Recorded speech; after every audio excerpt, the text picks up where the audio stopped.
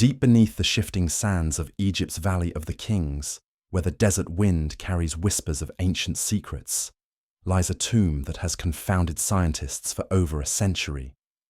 Not because of what it contains, but because of what it refuses to reveal. This isn't just another pharaoh's burial chamber filled with golden treasures and hieroglyphic warnings. This is KV55, a tomb so shrouded in mystery that every attempt to unlock its secrets only deepens the enigma. Welcome to a story that begins with excitement and ends in bewilderment, where cutting-edge technology meets inexplicable phenomena, where respected archaeologists find themselves questioning everything they thought they knew about ancient Egypt. Because sometimes the most disturbing discoveries aren't the ones that answer our questions. They're the ones that prove we've been asking the wrong questions all along. In 1907, British archaeologist Edward Ayrton made what should have been the discovery of his career. Following a series of promising leads in the Valley of the Kings, his team uncovered a sealed entrance to a previously unknown tomb. The excitement was palpable. After months of careful excavation, they finally broke through the ancient seal and stepped into a chamber that had been untouched for over 3,000 years. But what they found inside would haunt the archaeological community for generations to come. Because this wasn't just another royal burial. This was something else entirely. Something that would challenge our understanding of ancient Egyptian burial practices, advanced preservation techniques, and the very nature of death itself. The tomb designated KV55 appeared at first glance to be hastily prepared. Unlike the grand burial chambers of pharaohs like Tutankhamun or Ramesses the Great, this tomb seemed almost desperate. The walls bore signs of hurried construction. The burial goods, while valuable, were arranged in a manner that suggested urgency rather than ceremony. It was as if someone, or something, had been buried here not with honor, but with fear. And then they found the mummy, wrapped in decaying linen, lying in a wooden coffin that had partially collapsed under the weight of millennia, was a body that would become one of the most studied and most mysterious remains in all of Egyptology. The preservation was unlike anything they had ever encountered. Not the careful, methodical mummification of the pharaohs, but something else. Something that seemed to defy the natural laws of decomposition. But here's where the story takes its first disturbing turn. From the moment the tomb was opened, strange incidents began plaguing the excavation team. Equipment would malfunction without explanation.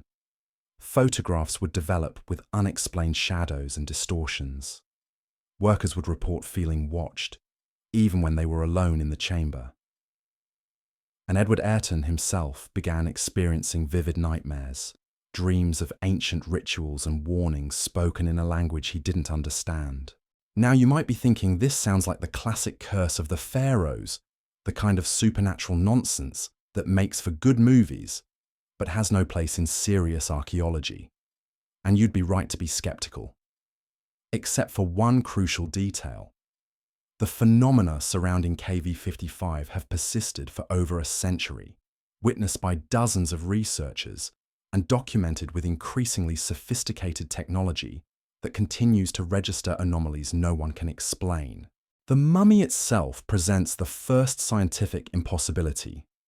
When Theodore Davis, the expedition's financial backer, commissioned the first detailed examination of the remains, the results were baffling. The body showed signs of preservation that shouldn't exist. Soft tissue remained intact in ways that contradicted everything scientists knew about mummification. The brain, which should have been removed according to standard Egyptian burial practices, was still present and remarkably preserved. But most disturbing of all, the cellular structure of the tissue appeared to be fundamentally different from any known mummification process. Dr. Grafton Elliott Smith, one of the world's leading experts on ancient Egyptian remains, was called in to conduct a thorough analysis. What he found challenged his entire understanding of ancient preservation techniques. The mummy displayed characteristics that seemed to bridge the gap between natural mummification and something far more advanced. The chemical composition of the preservation materials was unlike anything found in other Egyptian tombs, and the technique used to achieve such remarkable preservation appeared to be centuries ahead of its time. But the scientific anomalies were just the beginning. As word of the discoveries spread through the archaeological community, researchers from around the world began making pilgrimages to study the mysterious remains. And almost without exception, they left with more questions than answers. Radiographic examinations revealed internal structures that defied explanation. Chemical analyses produced results that contradicted established timelines of ancient Egyptian technology. And every new test seemed to uncover another layer of impossibility. The mystery deepened when researchers attempted to determine the identity of the mummy.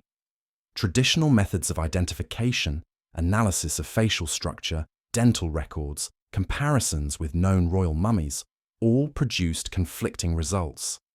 Some evidence suggested the remains belonged to a known pharaoh. Other indicators pointed to someone entirely different. And certain characteristics seemed to indicate this wasn't even Egyptian at all, but belonged to someone from a completely different civilization. Dr. James Harris, a forensic expert who examined the mummy in the 1960s, described the experience as the most perplexing case of his career. The bone structure, he noted, displayed features that didn't align with typical Egyptian anthropological markers. The dental work, if it could be called that, showed techniques that wouldn't be developed for centuries. And the overall physical characteristics suggested a level of health and longevity that seemed impossible for the time period. But perhaps the most unsettling discovery came when researchers attempted to extract DNA samples for modern genetic analysis. Multiple laboratories, using the most advanced techniques available, have attempted to sequence genetic material from the mummy. The results have been consistent across different facilities and different time periods.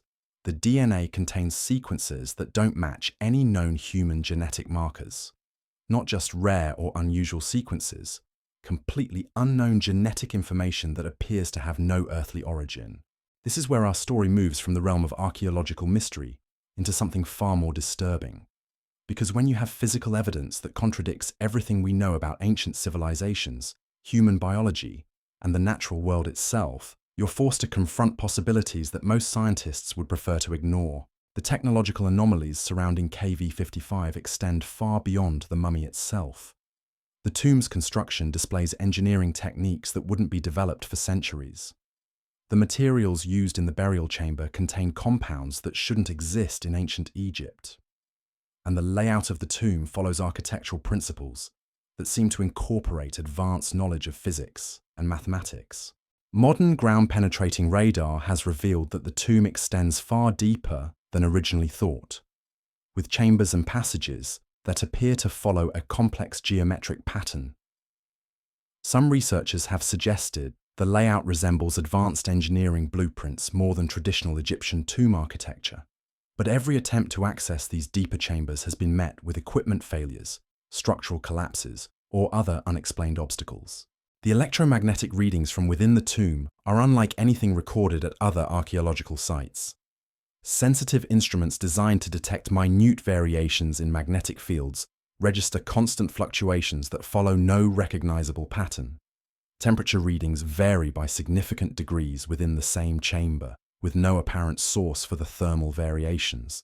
And audio recording equipment consistently picks up low-frequency sounds that seem to emanate from within the tomb walls themselves. Dr. Sarah Mitchell, a physicist who specializes in archaeological applications of modern technology, spent 3 months conducting intensive studies of KV-55 in 2019.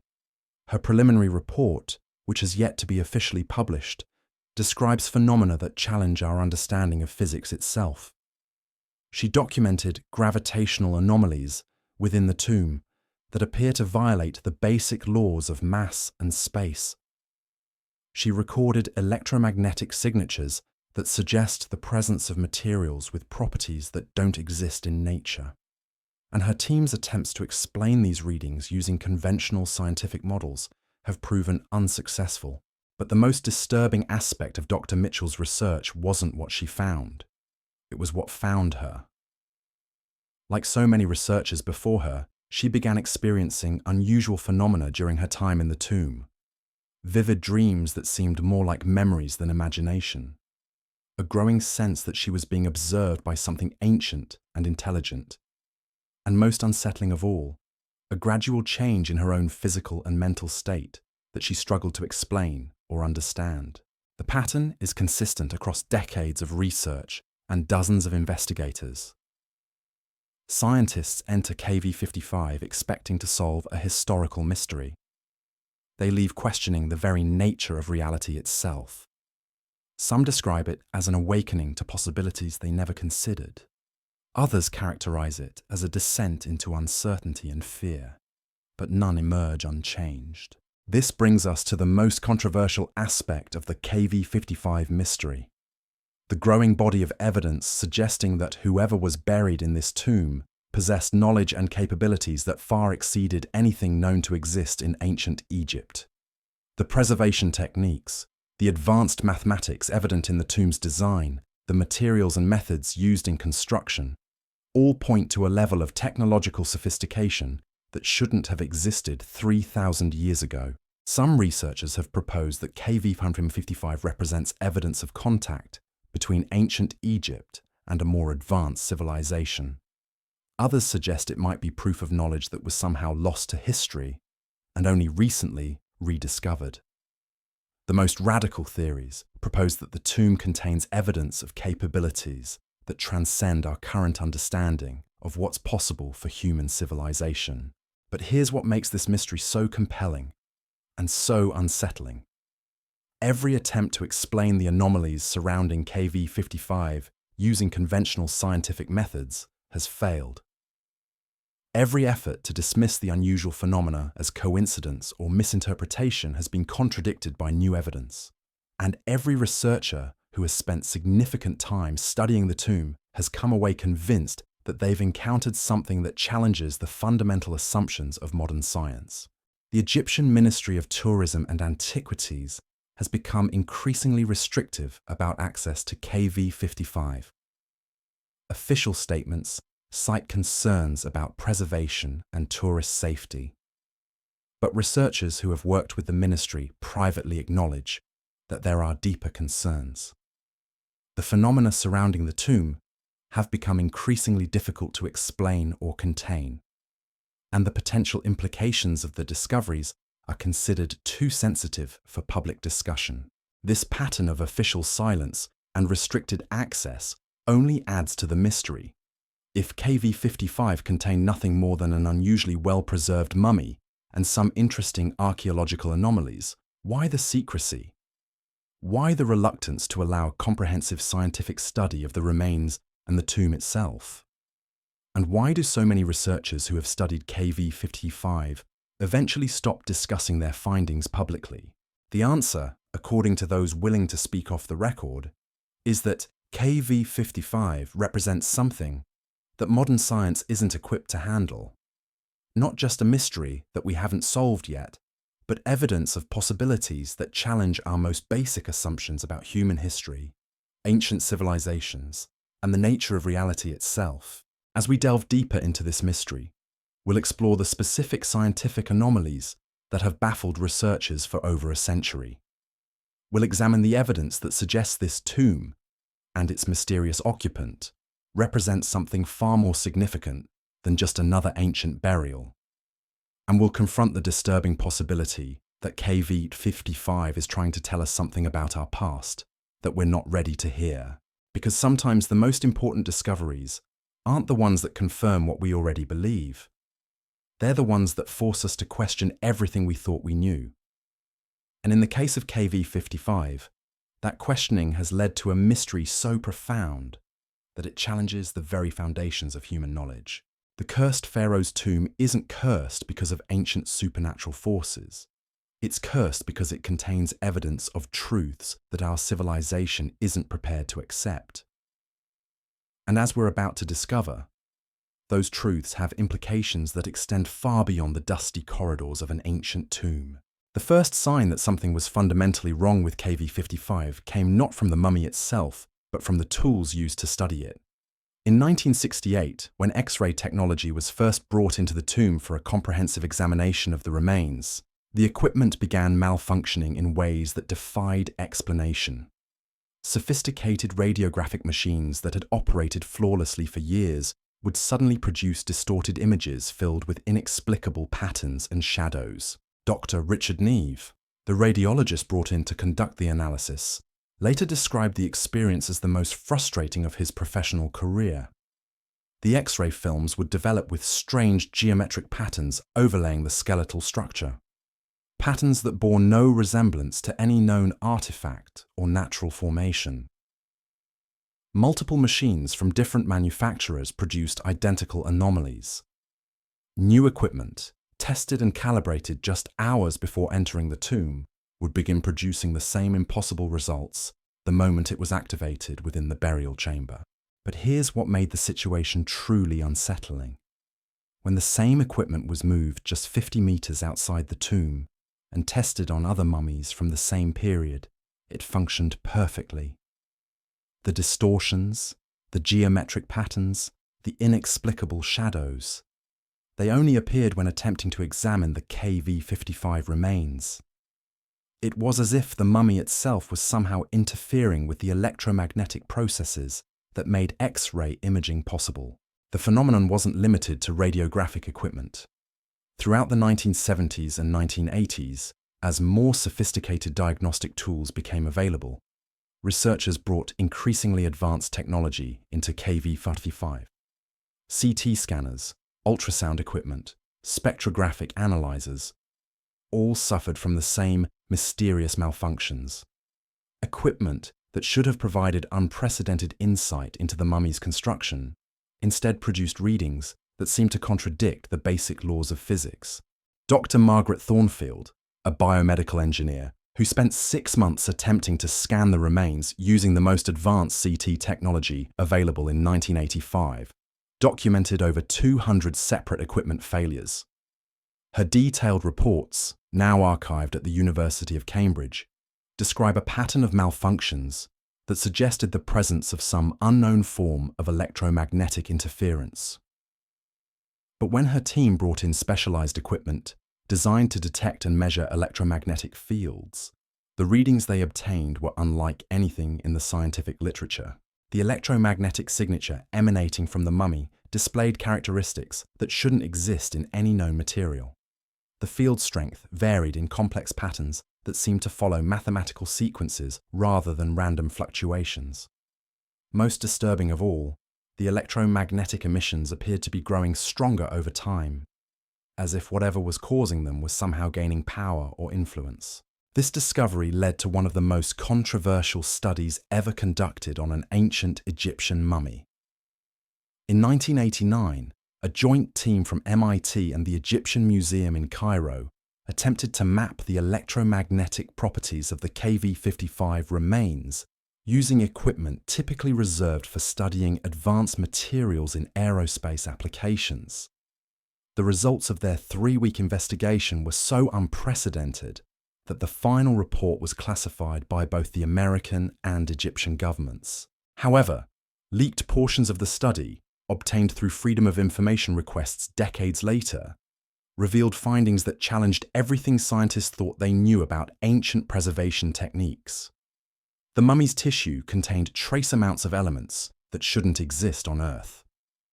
The molecular structure of the preservation materials displayed properties that suggested nanotechnology-level manipulation of matter, and the electromagnetic field surrounding the remains appeared to be artificially generated by some unknown mechanism embedded within the body itself.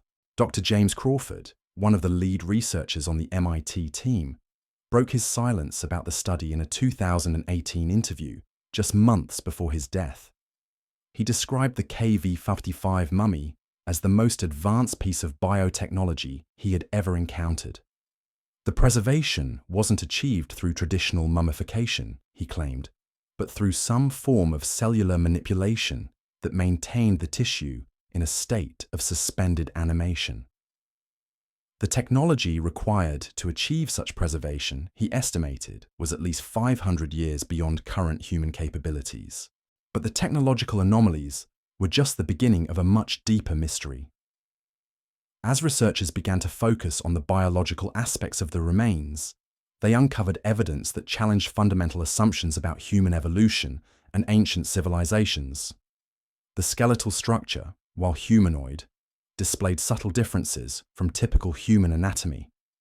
The cranial capacity was approximately 15% larger than the human average. The bone density was nearly twice that found in modern humans, and the dental structure suggested a diet and lifestyle completely unlike anything known from ancient Egypt. Genetic analysis, when it became possible in the 1990s, only deepened the mystery. Multiple laboratories attempted to extract and sequence DNA from the mummy's tissue. The results were consistent across different facilities and different time periods. The genetic material contained sequences that didn't match any known human haplogroup. Some segments resembled human DNA, but with systematic modifications that appeared to be artificially induced. Other segments contained genetic information that had no terrestrial equivalent.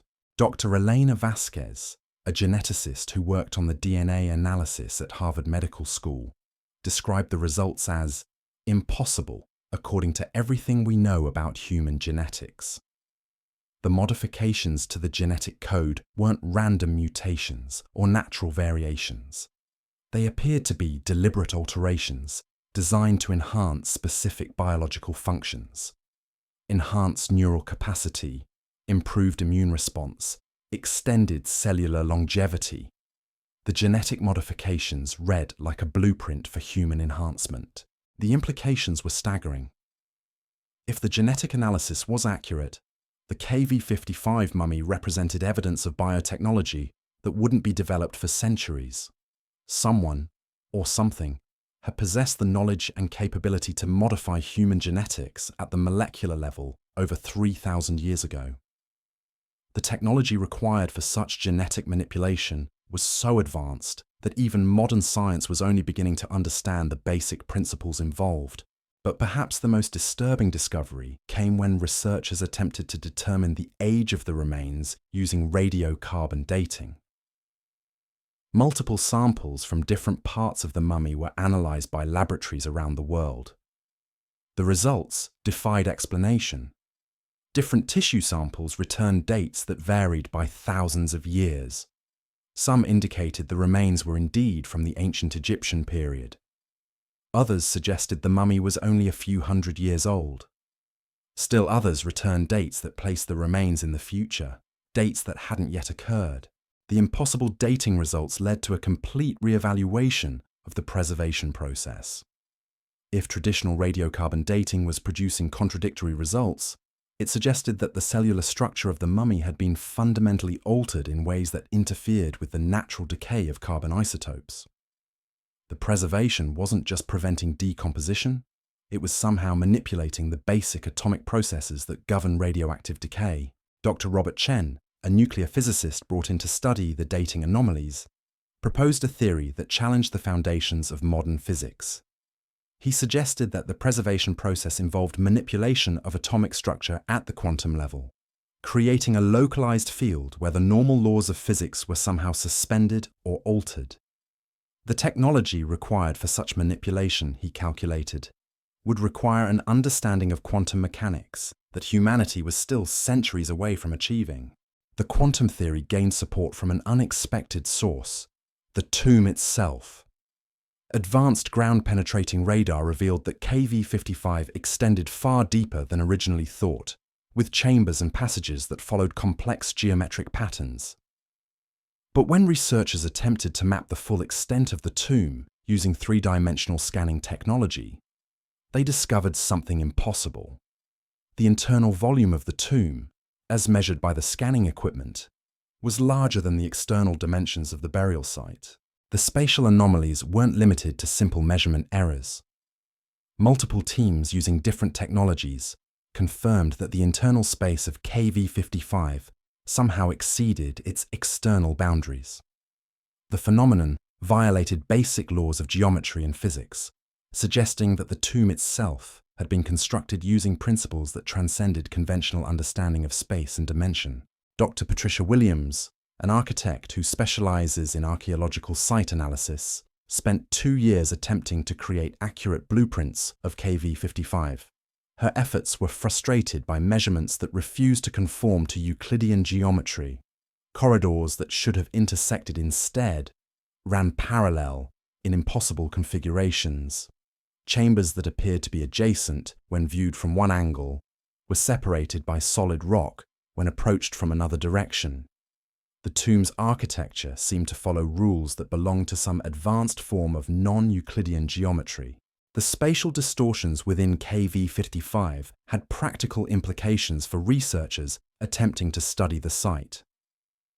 Navigation equipment would malfunction, providing readings that placed investigators in locations that couldn't physically exist. Mapping software would crash when attempting to process the contradictory spatial data. And several researchers reported becoming temporarily lost within the tomb, finding themselves in chambers that didn't appear on any survey map and couldn't be relocated during subsequent visits.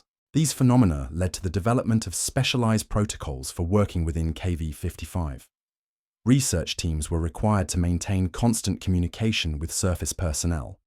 All equipment had to be redundantly calibrated and cross-checked, and investigators were limited to short exposure periods within the tomb to minimize the risk of spatial disorientation or equipment failure. But the protocols couldn't address the most disturbing aspect of working in KV-55. The psychological effects experienced by researchers who spent extended time within the tomb. The pattern was consistent across decades of investigation and dozens of different researchers. Scientists would enter the tomb focused on specific research objectives. They would leave questioning fundamental assumptions about reality itself. Dr. Michael Harrison, a psychologist who studied the phenomenon in the early 2000s, documented a consistent set of symptoms experienced by KV-55 researchers. Vivid dreams that seemed more like recovered memories than imagination. A growing sense of being observed by some ancient intelligence. Gradual changes in perception that made ordinary reality seem somehow limited or incomplete. And most unsettling of all, a persistent feeling that the tomb and its mysterious occupant were trying to communicate something of vital importance. The psychological effects weren't limited to subjective experiences.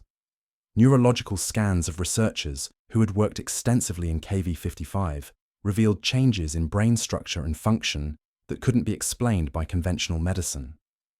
Enhanced activity in regions associated with pattern recognition and spatial reasoning. Increased connectivity between normally isolated neural networks.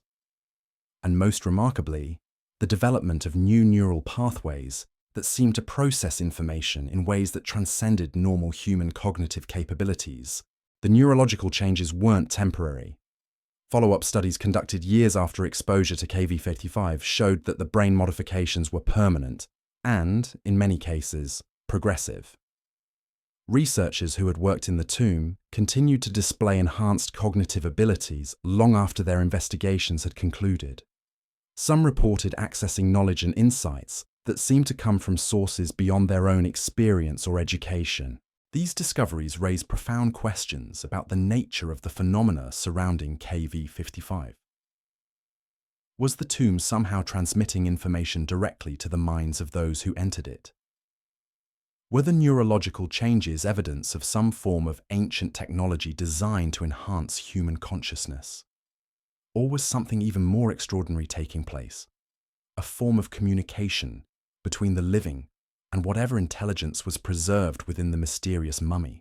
The answers to these questions would challenge everything humanity thought it knew about consciousness, technology, and the nature of reality itself. Because as researchers were about to discover, the KV-55 mummy wasn't just an impossibly well-preserved ancient corpse. It was something far more significant and far more dangerous than anyone had dared to imagine. As we continue to unravel this mystery, we'll explore the evidence suggesting that the occupant of KV-55 possessed knowledge that transcended normal human understanding. We'll examine the technological artifacts found within the tomb that shouldn't exist according to conventional archaeology, and we'll confront the possibility that this cursed pharaoh's tomb contains not just the remains of an ancient ruler, but proof of capabilities that challenge our most basic assumptions about what it means to be human. Because the deeper researchers dig into the mystery of KV55, the more they realize they're not just studying an archaeological anomaly. They're investigating evidence of a level of advancement that suggests our understanding of human history and human potential is fundamentally incomplete. The evidence from KV55 wasn't just challenging individual scientific disciplines, it was forcing researchers to confront the possibility that everything we thought we knew about ancient civilizations was wrong. But the most disturbing revelations were yet to come. Because hidden within the deepest chambers of the tomb, sealed behind barriers that had remained untouched for millennia, lay artifacts that would shatter our understanding of technological development in the ancient world. In 2003, using advanced sonar mapping techniques, researchers detected a series of sealed chambers beneath the main burial room. These weren't shown on any historical survey of the tomb. They didn't appear in the original excavation records.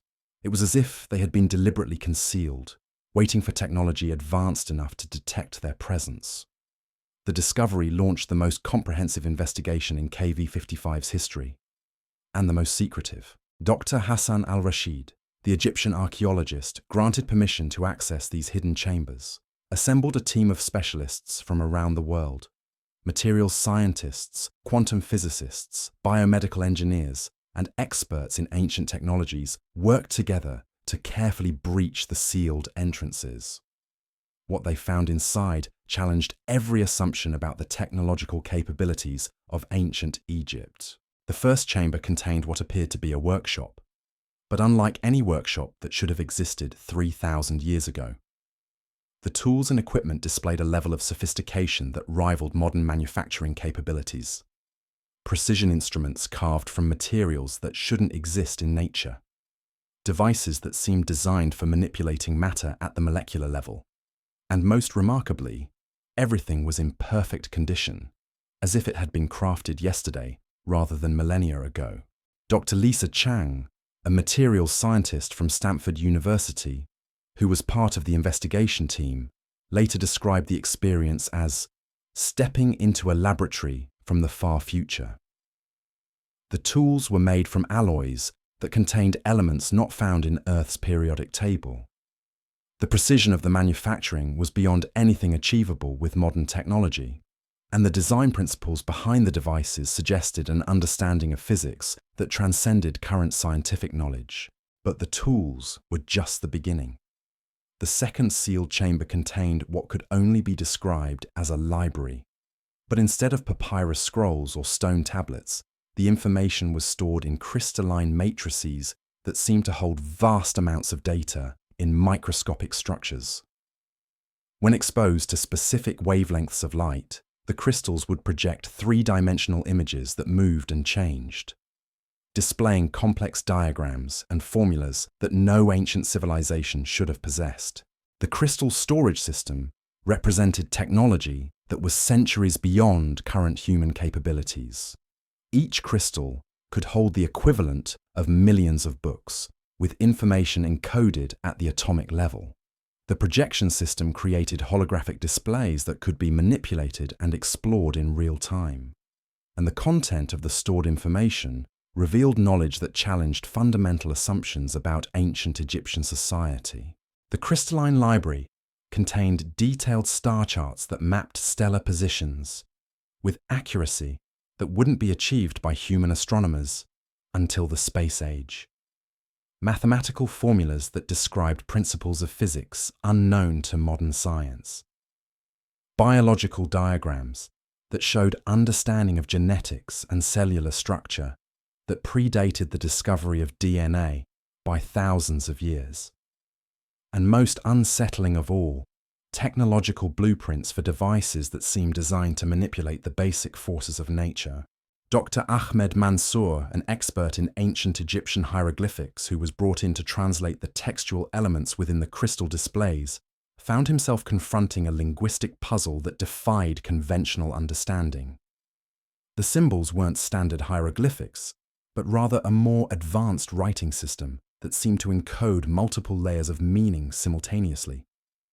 Each symbol contained not just phonetic information, but mathematical relationships, scientific principles, and abstract concepts that couldn't be expressed in normal language. The translation process revealed that the occupant of KV55 wasn't just a pharaoh or religious leader, but something far more significant. The texts described an individual who possessed knowledge that transcended normal human understanding.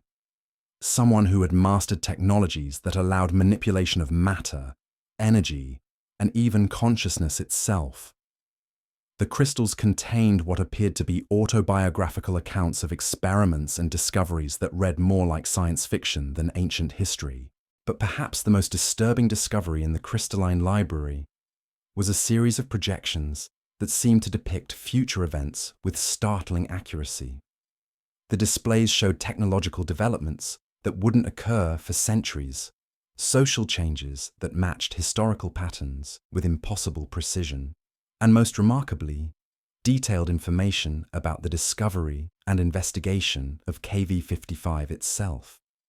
It was as if whoever had created this library had possessed not just advanced technology, but knowledge of future events that hadn't yet occurred. The implications were staggering. If the crystal projections were accurate, they suggested that the occupant of KV55 had possessed some form of temporal awareness, the ability to perceive events across different time periods. The technology required for such capabilities was so far beyond current human understanding that it seemed to belong to a completely different form of intelligence. Dr. Rebecca Foster, a quantum physicist who spent 6 months analyzing the crystal storage system, proposed a theory that challenged the foundations of modern physics. She suggested that the crystals weren't just storing information, but were somehow accessing data from across multiple timelines simultaneously. The technology seemed to operate on principles of quantum mechanics that humanity was only beginning to understand, manipulating probability waves and temporal fields in ways that allowed access to information from past, present, and future. The temporal theory gained support from the third sealed chamber, which contained what could only be described as a temporal manipulation device. The apparatus consisted of a series of crystalline structures arranged in complex geometric patterns, surrounded by materials that seemed to exist in a state of quantum superposition. When activated by the research team's scanning equipment, the device began generating fields that affected the flow of time itself. Chronometers placed near the device began running at different rates, with some speeding up and others slowing down in patterns that followed the geometric arrangement of the crystals.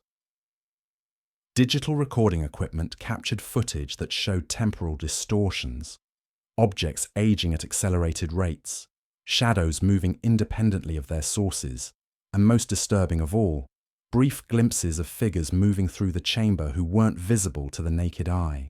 Dr. Chen's quantum physics team conducted extensive analysis of the temporal fields generated by the device.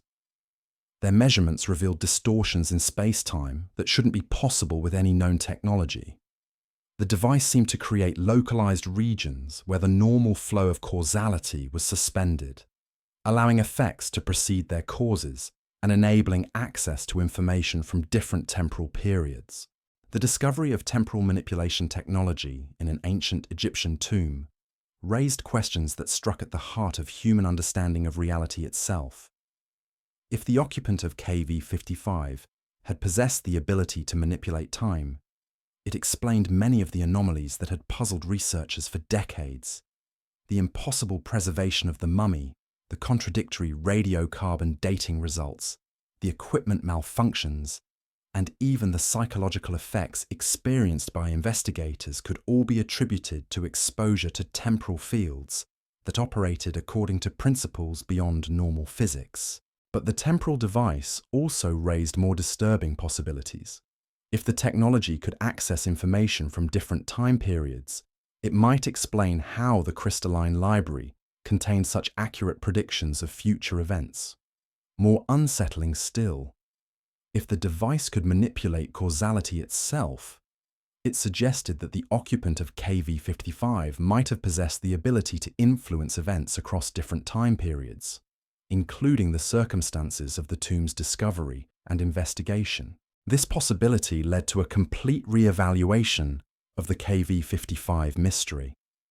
Were the researchers investigating an ancient tomb, or were they being guided through a carefully orchestrated sequence of discoveries by an intelligence that existed outside normal temporal constraints?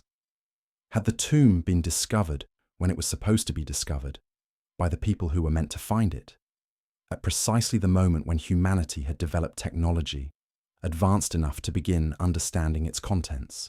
Dr. Sarah Mitchell, whose earlier electromagnetic studies had revealed the first hints of the tomb's advanced properties, returned to KV-55 in 2019 with equipment specifically designed to detect temporal anomalies.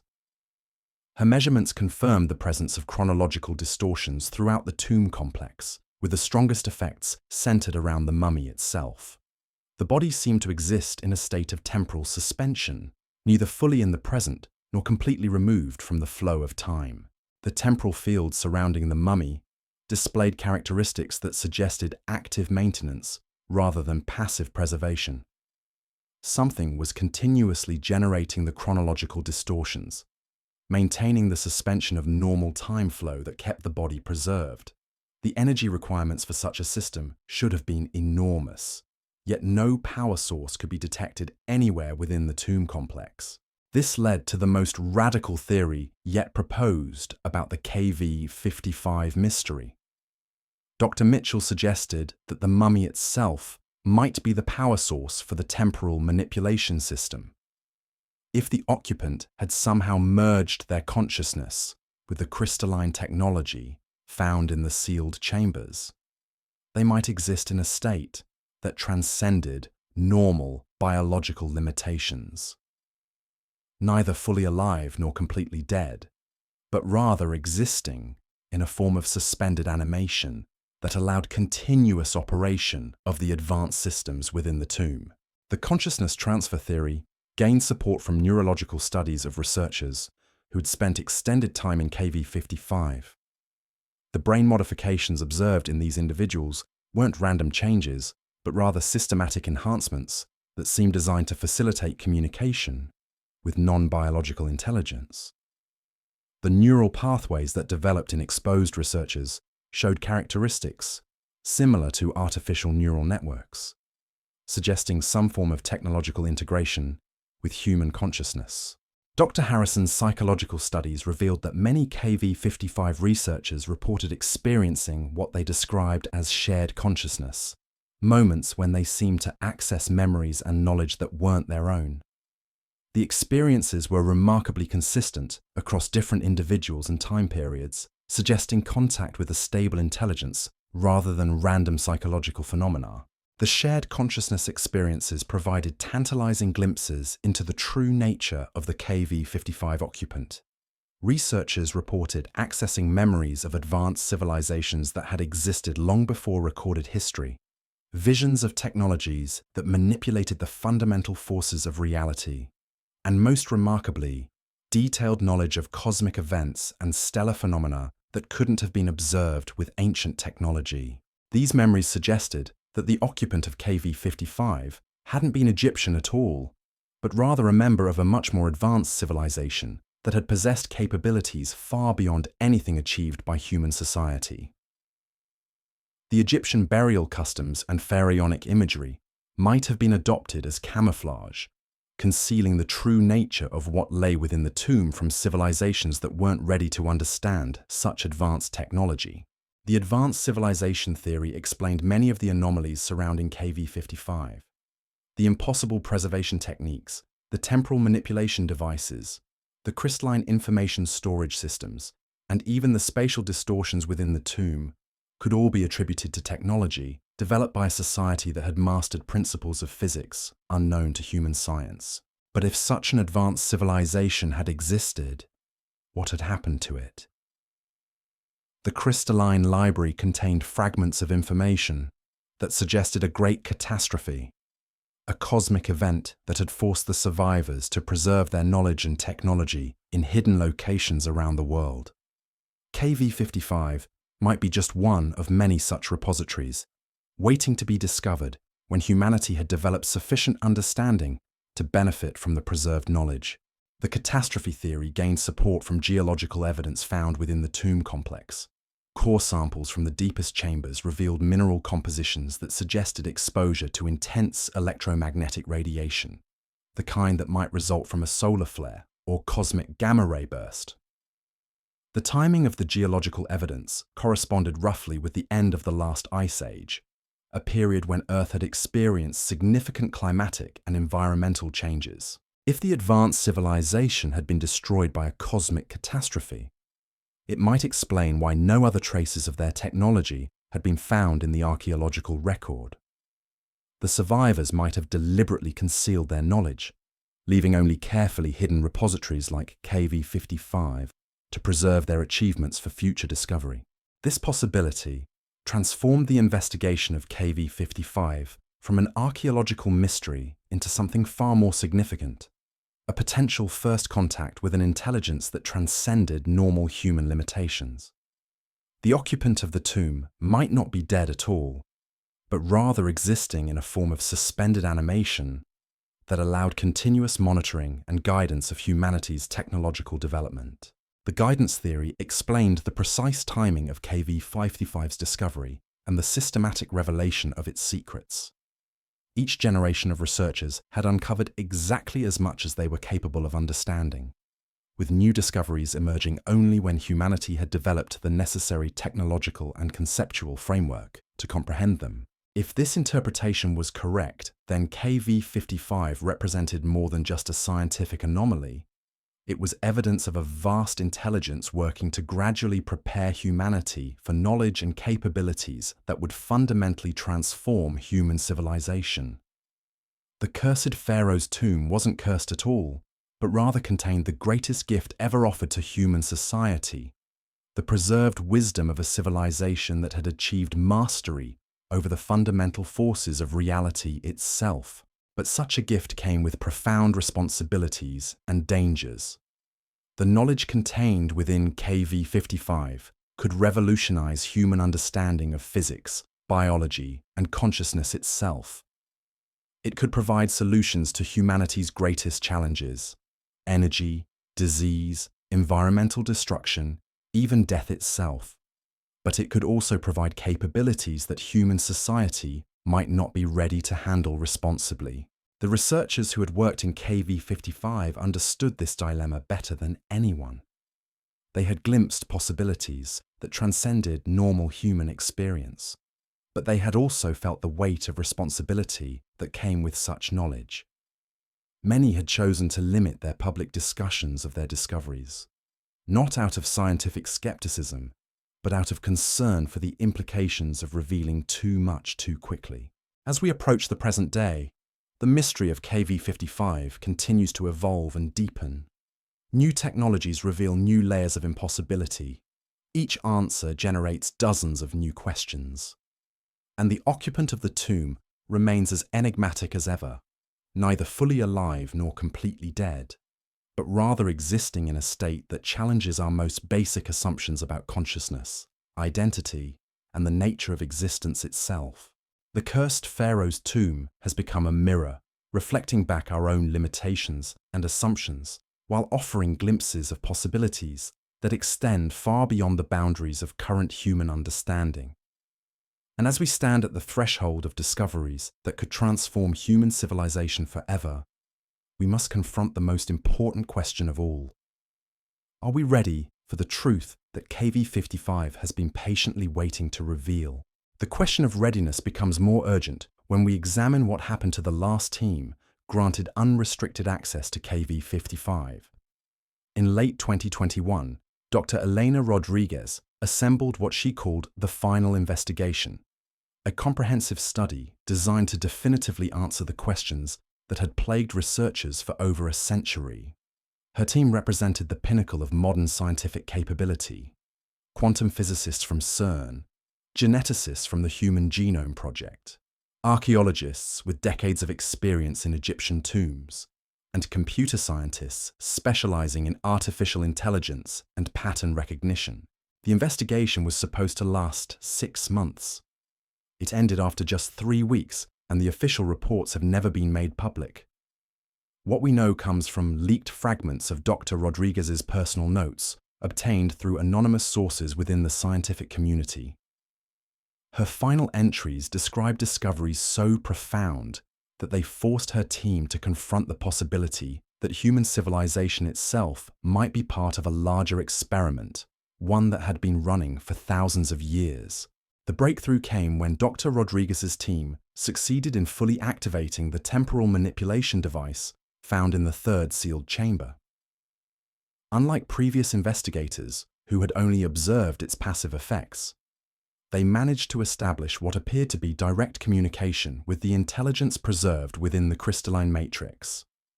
The contact wasn't verbal or visual, but rather a form of consciousness merger that allowed temporary access to memories and knowledge spanning millennia. Through this connection, the team learned that the occupant of KV-55 had indeed been part of an advanced civilization that had achieved what they called temporal transcendence, the ability to exist across multiple time periods simultaneously. The civilization hadn't been destroyed by a cosmic catastrophe as earlier researchers had theorized. Instead, they had deliberately transcended physical existence, transforming themselves into forms of consciousness that could survive the eventual heat death of the universe itself. But the transcendence hadn't been complete. A few members of this advanced society had remained in physical form, serving as guardians and guides for younger civilizations like humanity.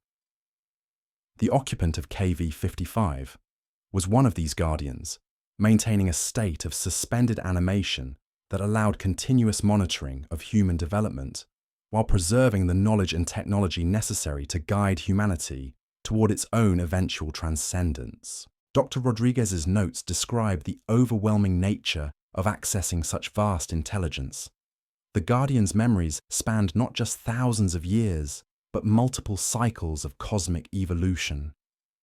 It had witnessed the rise and fall of countless civilizations across the galaxy, each following similar patterns of development, crisis, and eventual transformation.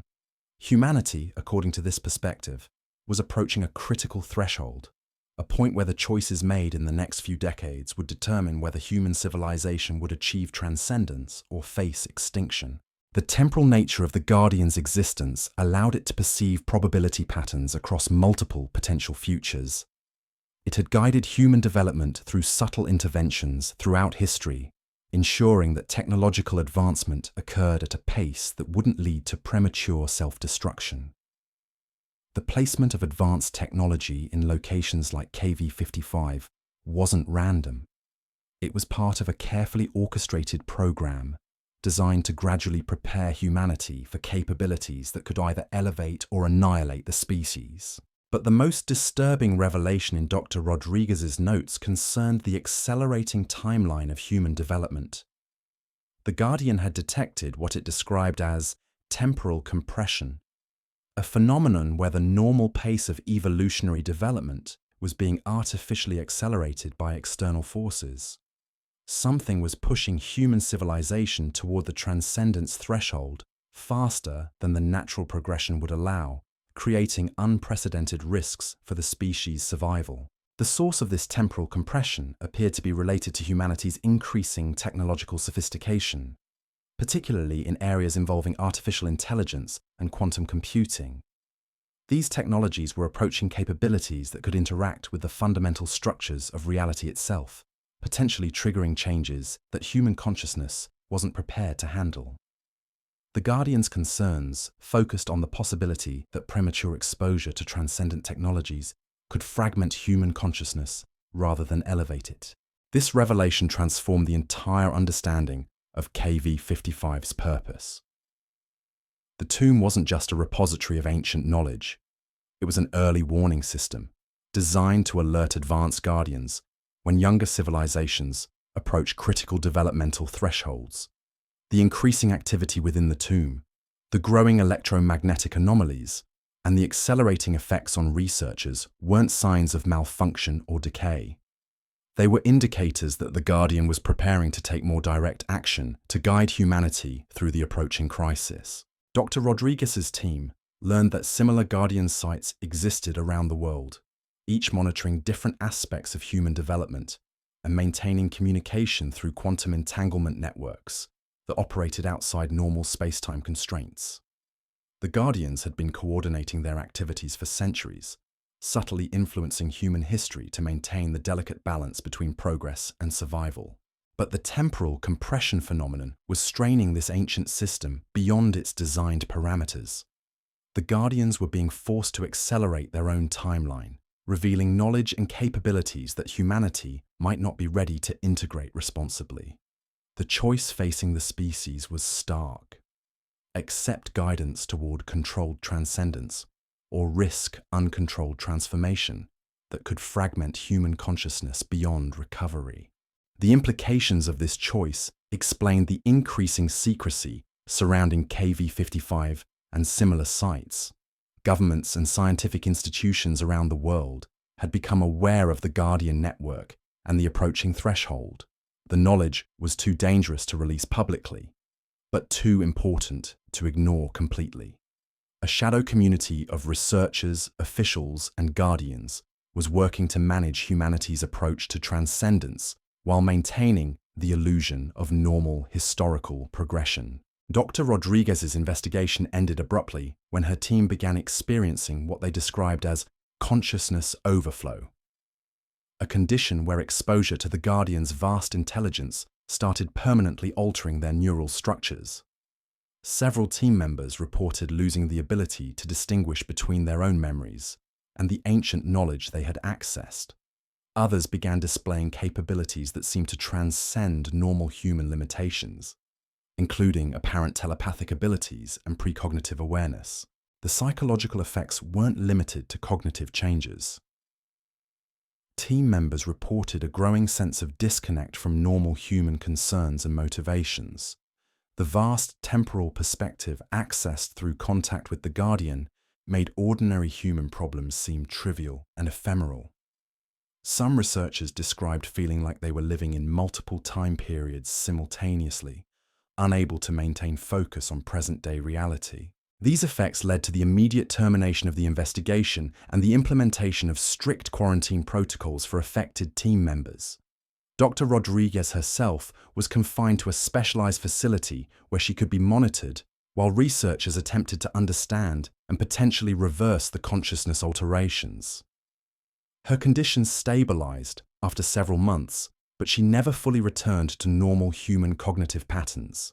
The quarantine protocols revealed another disturbing aspect of the KV-55 phenomenon. The consciousness alterations weren't reversible through conventional medical treatment, but they could be managed through continued contact with the Guardian intelligence. Affected researchers required periodic recalibration sessions within the tomb to maintain psychological stability.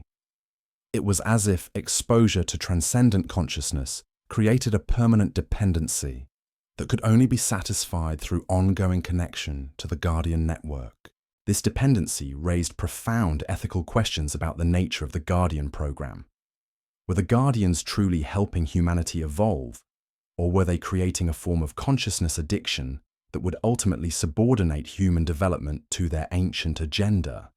The distinction between guidance and control became increasingly blurred as researchers realized the extent to which their own thoughts and motivations had been influenced by contact with the Guardian intelligence. The ethical concerns were compounded by evidence that the Guardian program had been operating for far longer than initially suspected. Historical analysis revealed subtle patterns in human development that suggested external guidance dating back to the emergence of civilization itself. Agricultural development, written language, mathematical principles, astronomical knowledge, all showed signs of having been introduced through carefully managed contact with transcendent intelligence rather than independent human discovery. If this interpretation was correct, then human civilization had never been truly independent. Every major breakthrough, every technological advancement, every cultural evolution had been guided by intelligences whose motivations and ultimate goals remained fundamentally alien to human understanding. The Guardian program represented not assistance, but a form of cosmic colonization that had been operating for millennia without human awareness or consent. The colonization theory gained support from analysis of other archaeological anomalies around the world. Sites like the Antikythera mechanism, the Baghdad battery, the Nazca lines, and various megalithic structures all showed characteristics similar to KV-55, technologies and knowledge that seemed out of place for their historical periods, along with unexplained effects on researchers who studied them intensively. Each of these sites appeared to be part of a global network designed to monitor and guide human development through critical evolutionary phases.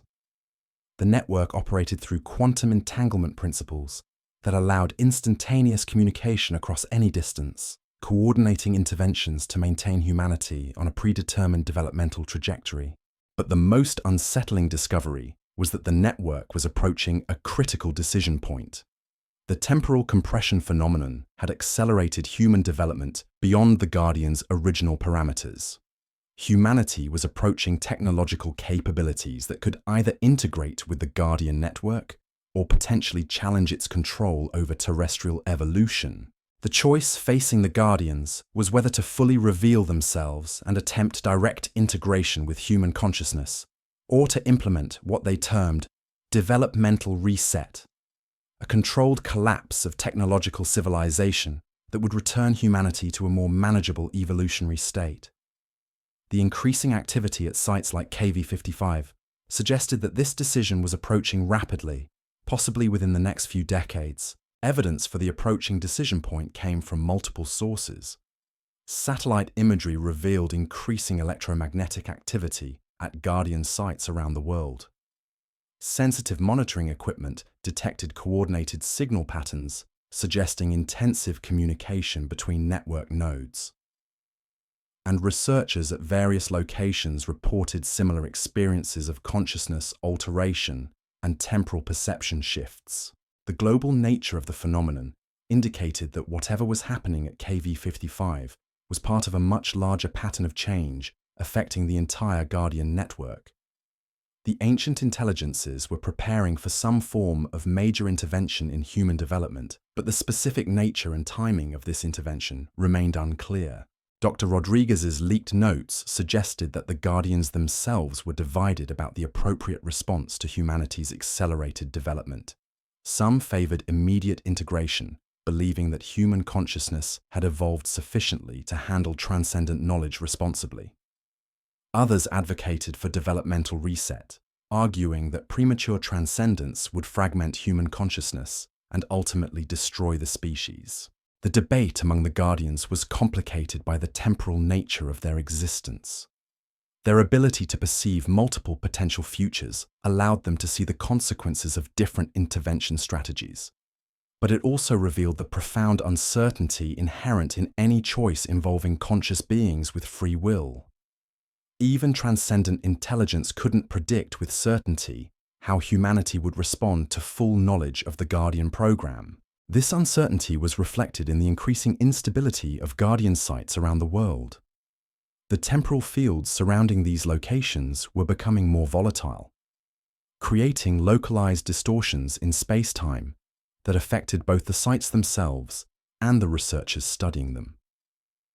The stability that had allowed the Guardian network to operate for millennia was breaking down under the strain of managing humanity's rapid technological advancement.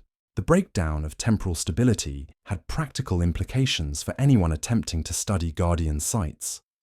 Equipment failures were becoming more frequent and more severe.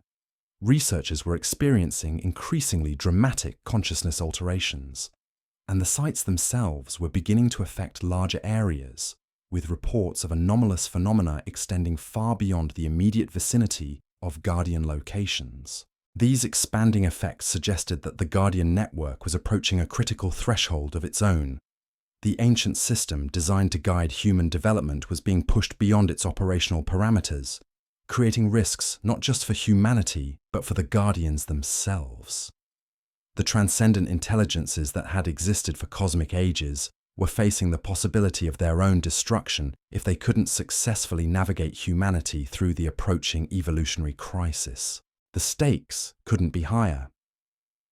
If the Guardians succeeded in guiding humanity toward controlled transcendence, both species could achieve a form of existence that transcended the physical limitations of the universe itself. But if the process failed, it could result in the destruction of human consciousness and the collapse of a guardian network that had been operating for millions of years. The cursed Pharaoh's tomb had become the focal point of this cosmic drama. Within its chambers lay not just the preserved remains of an ancient guardian, but the accumulated knowledge and experience of countless civilizations that had faced similar evolutionary thresholds. Some had achieved transcendence, others had chosen different paths, and some had failed entirely, leaving only traces of their existence in the quantum memory banks of the Guardian network. As we stand at this critical juncture in human history, the mystery of KV-55 takes on new significance. It's no longer just an archaeological puzzle or a scientific anomaly. It's a window into humanity's past, present, and potential futures. The choices we make in the coming years about technology, consciousness, and our relationship with intelligences that transcend normal human understanding will determine not just the fate of our species, but the outcome of an experiment that has been running since the dawn of civilization itself. The Guardian in KV-55 continues to wait, preserved in its state of temporal suspension, monitoring our progress and preparing for whatever intervention the network ultimately decides is necessary. Its patience spans millennia, but even transcendent intelligence has limits. The time for decision is approaching, and humanity may soon face the most important choice in its entire evolutionary history. The question that haunts every researcher who has encountered the KV-55 phenomenon isn't whether we're ready for transcendence. It's whether we have any choice in the matter. Because as governments around the world began to understand the true nature of what lay beneath the sands of Egypt, a shadow protocol emerged, not just to study the Guardian network, but to prepare for what intelligence analysts were calling the awakening event. Classified documents obtained through leaked intelligence reports reveal that as early as 1962, a joint task force comprising American, British, Soviet, and Egyptian operatives had been monitoring Guardian sites worldwide. The task force, known internally as Project Threshold, operated under the assumption that the Guardian network represented either humanity's greatest opportunity or its ultimate threat. There was no middle ground.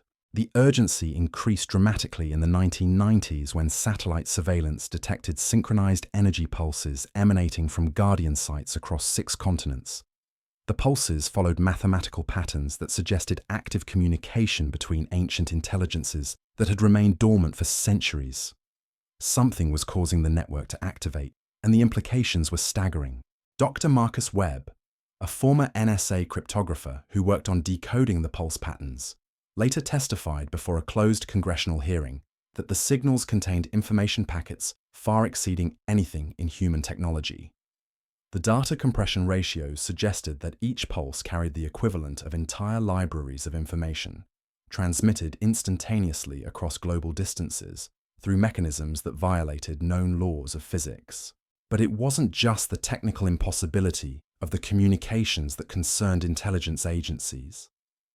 The content of the intercepted signals, when partially decoded, revealed discussions about humanity's developmental trajectory and intervention protocols. The Guardians were actively evaluating human progress and debating whether to accelerate their timeline for direct contact. The debate among world governments centered on a fundamental question. Should humanity attempt to communicate with the Guardian network, or should efforts focus on developing defenses against potential intervention? The answer split along predictable lines, with some nations advocating for peaceful contact, while others prepared for what they saw as an inevitable invasion by superior intelligences. The defensive preparations took forms that would seem like science fiction to the general public. Underground facilities designed to shield human consciousness from external manipulation. Electromagnetic barriers intended to disrupt quantum communication networks. And most controversially, research into weapon systems that could potentially damage or destroy Guardian sites if necessary. The weapons research proved more disturbing than anyone anticipated. Initial tests on abandoned Guardian sites revealed that the ancient technology was somehow integrated with Earth's electromagnetic field and geological structure. Attempts to destroy Guardian installations triggered seismic events, atmospheric disturbances, and most alarmingly, mass psychological effects in surrounding populations. Dr. Catherine Mills, a geophysicist who participated in the weapons testing program, reported that attacking Guardian sites seemed to activate defensive systems that had been dormant for millennia. The responses weren't random destruction, but rather precisely calibrated countermeasures that neutralized threats while minimizing collateral damage. It was as if the network had been designed to protect itself against exactly the kind of attacks human military planners were developing. The defensive capabilities of the Guardian network forced a complete reassessment of humanity's position relative to these ancient intelligences. Military planners had assumed that superior technology would provide advantages in any potential conflict. Instead, they discovered that the Guardians possessed capabilities that made conventional warfare not just ineffective, but potentially suicidal for human civilization. This realization led to the emergence of a new strategy: controlled cooperation. Rather than attempting to destroy or defend against the Guardian network, select groups within various governments began exploring ways to establish communication and negotiate terms for humanity's continued independent development. The communication attempts initially focused on KV-55, as it represented the most accessible and well-studied Guardian site. Teams of linguists, mathematicians, and consciousness researchers worked to develop protocols for meaningful exchange with an intelligence that existed outside normal temporal constraints and operated on principles that transcended human understanding. The breakthrough came in 2018 when Dr. Sarah Chen, a quantum consciousness researcher from MIT, successfully established what she described as conceptual resonance with the KV-55 Guardian. Rather than using language or mathematics, the communication occurred through direct transmission of abstract concepts and emotional states. The process required extensive psychological preparation and left participants fundamentally changed, but it provided the first genuine two-way communication between human and Guardian consciousness. The initial exchanges were limited to basic concepts: acknowledgement, curiosity, caution. But as the communication protocols improved, more complex ideas began to flow between human and Guardian consciousness. The Guardian expressed what could only be interpreted as concern about humanity's rapid technological development and the potential for self-destruction that accompanied such progress. More unsettling was the Guardian's revelation that Earth wasn't the only world under their protection. The network extended across multiple star systems, monitoring and guiding the development of numerous intelligent species. Some had achieved successful transcendence and joined the Guardian collective. Others had chosen different evolutionary paths, and some had failed entirely, requiring the Guardians to preserve their worlds as monuments to the dangers of uncontrolled development. The multi-species nature of the Guardian network raised profound questions about humanity's place in a larger cosmic community. Were we one of many experiments in consciousness evolution, or did we possess unique characteristics that made our development particularly significant? The Guardians' responses suggested that humanity represented a critical test case, a species whose choices would influence the network's approach to guiding other developing civilizations. This responsibility came with both privileges and dangers. Humanity's success could lead to integration with a cosmic community of transcended consciousnesses, providing access to knowledge and capabilities beyond imagination.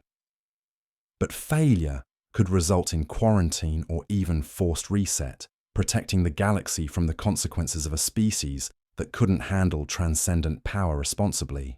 The weight of this cosmic responsibility began to influence government policies in ways that remained hidden from public view.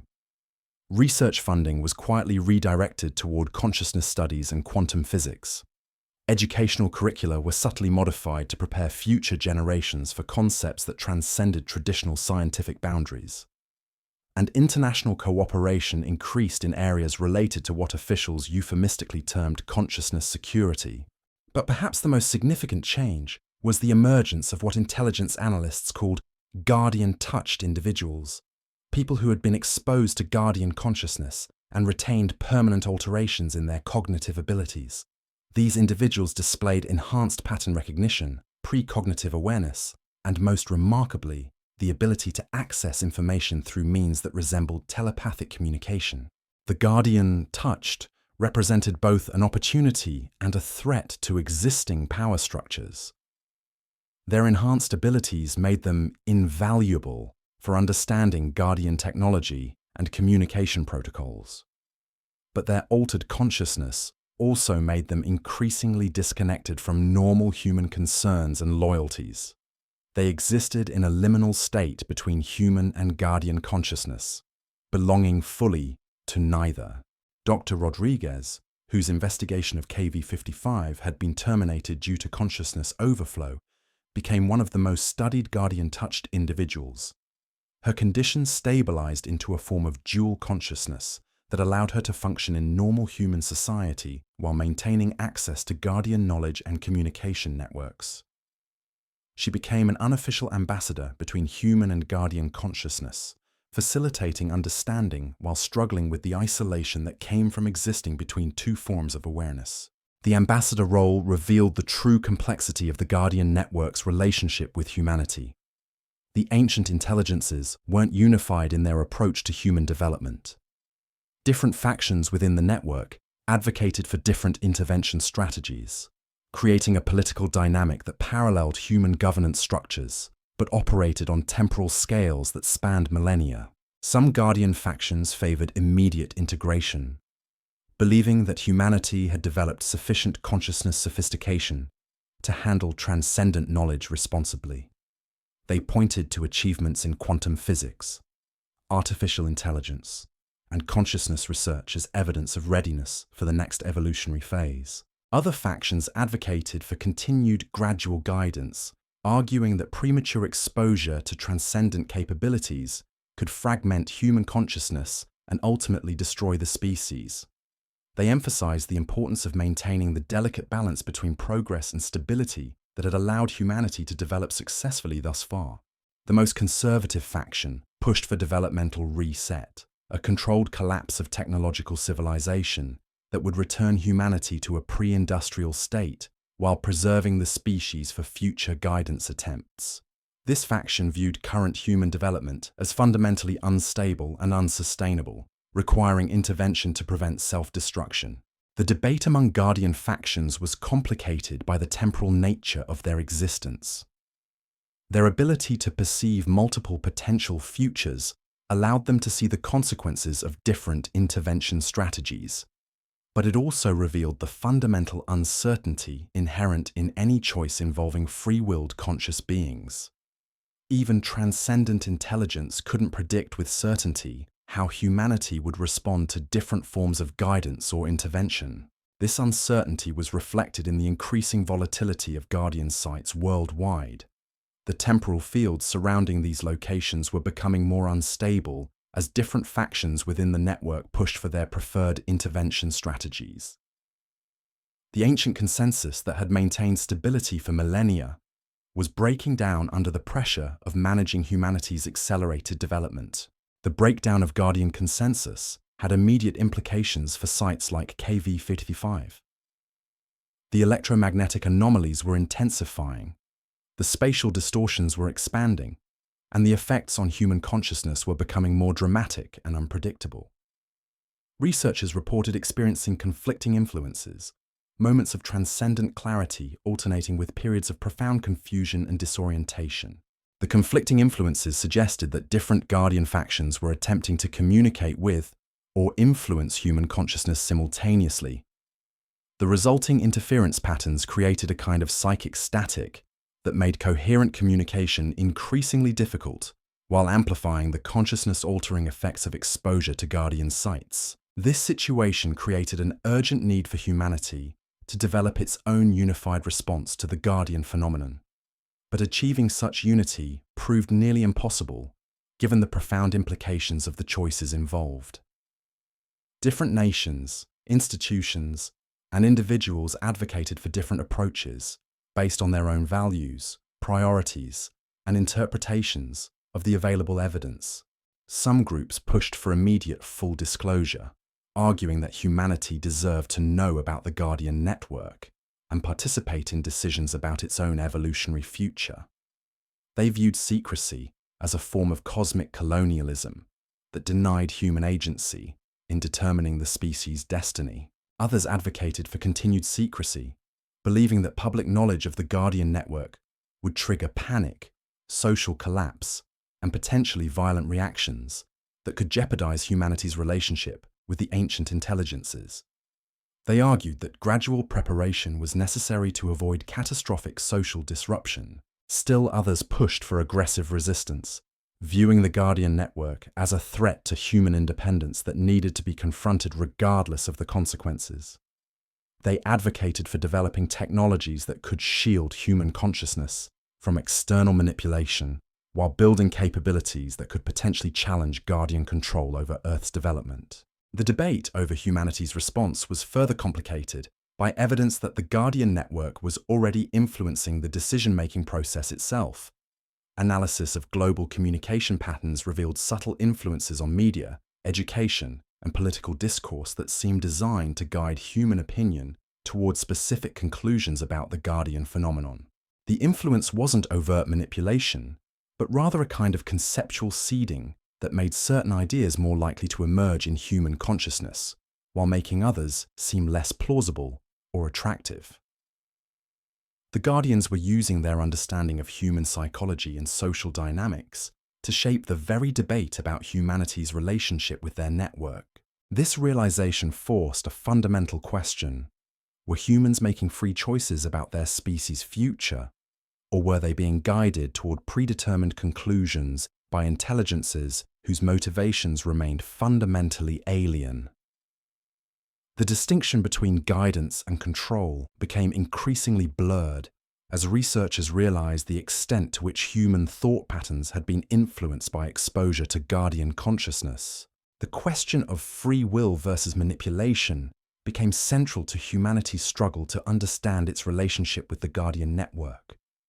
If human choices were being influenced by transcendent intelligences, then the entire concept of species self-determination became meaningless. But if humans retained genuine agency despite guardian influence, then the choices made in the coming years would truly determine the future of human consciousness. The stakes of this determination couldn't be higher.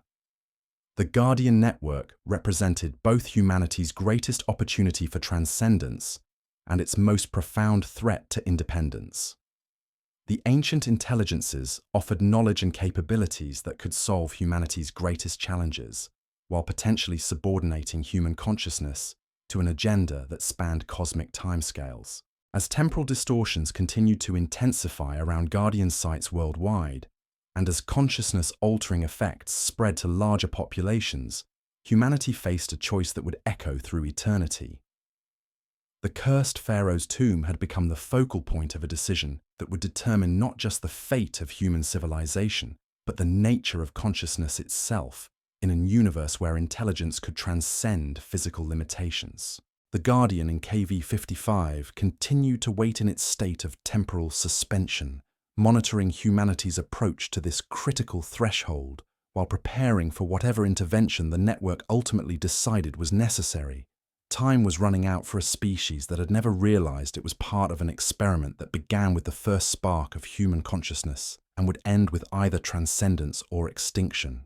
The choice was approaching: and humanity would soon discover whether the curse of the Pharaoh's tomb was the burden of knowledge too dangerous to possess, or the gift of possibilities too profound to imagine.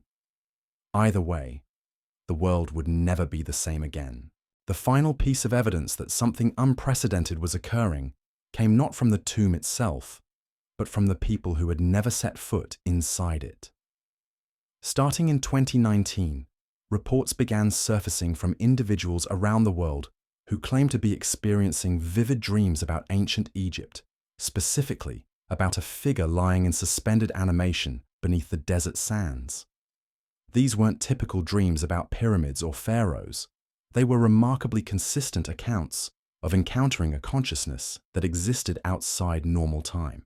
Dr. Jennifer Walsh, a sleep researcher at Johns Hopkins University, initially dismissed these reports as coincidental until she began receiving dozens of nearly identical accounts from people with no connection to each other or to Egyptology. The dreamers described the same figure, the same underground chambers, and most remarkably, the same sense of urgent communication from an intelligence that seemed desperate to convey information about humanity's approaching transformation. What made these reports impossible to ignore was their global distribution and the fact that many of the dreamers had no prior knowledge of KV-55 or Guardian sites. Children in remote villages, office workers in major cities, scientists, artists, farmers, all began reporting similar experiences of contact with what they described as an ancient teacher trying to prepare humanity for something momentous. The dream phenomenon intensified dramatically in early 2020, coinciding with increased electromagnetic activity at Guardian sites worldwide. Sleep laboratories around the globe began documenting unprecedented patterns of synchronized dreaming, with multiple individuals in different locations experiencing identical dream sequences simultaneously. The synchronization occurred across time zones and cultural boundaries, suggesting a form of consciousness communication that operated outside normal physical constraints. Dr. Walsh's research team conducted extensive studies of the synchronized dreamers using advanced brain imaging technology to monitor neural activity during the dream states. What they discovered challenged fundamental assumptions about the nature of human consciousness itself. During the synchronized episodes, the dreamers' brain patterns showed characteristics that resembled quantum entanglement. Their neural networks appeared to be operating in perfect coordination, despite having no physical connection. The quantum entanglement effects weren't limited to the dreaming state. Follow-up studies revealed that individuals who had experienced synchronized dreams maintained subtle neural connections even while awake. They displayed enhanced abilities to anticipate each other's thoughts and actions, suggesting that exposure to the Guardian consciousness was creating a form of human collective awareness. This emerging collective consciousness raised profound questions about individual identity and free will.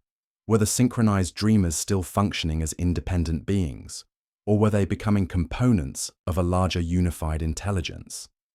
The distinction became increasingly blurred as more people reported experiencing the dream contact and displaying signs of enhanced cognitive connection.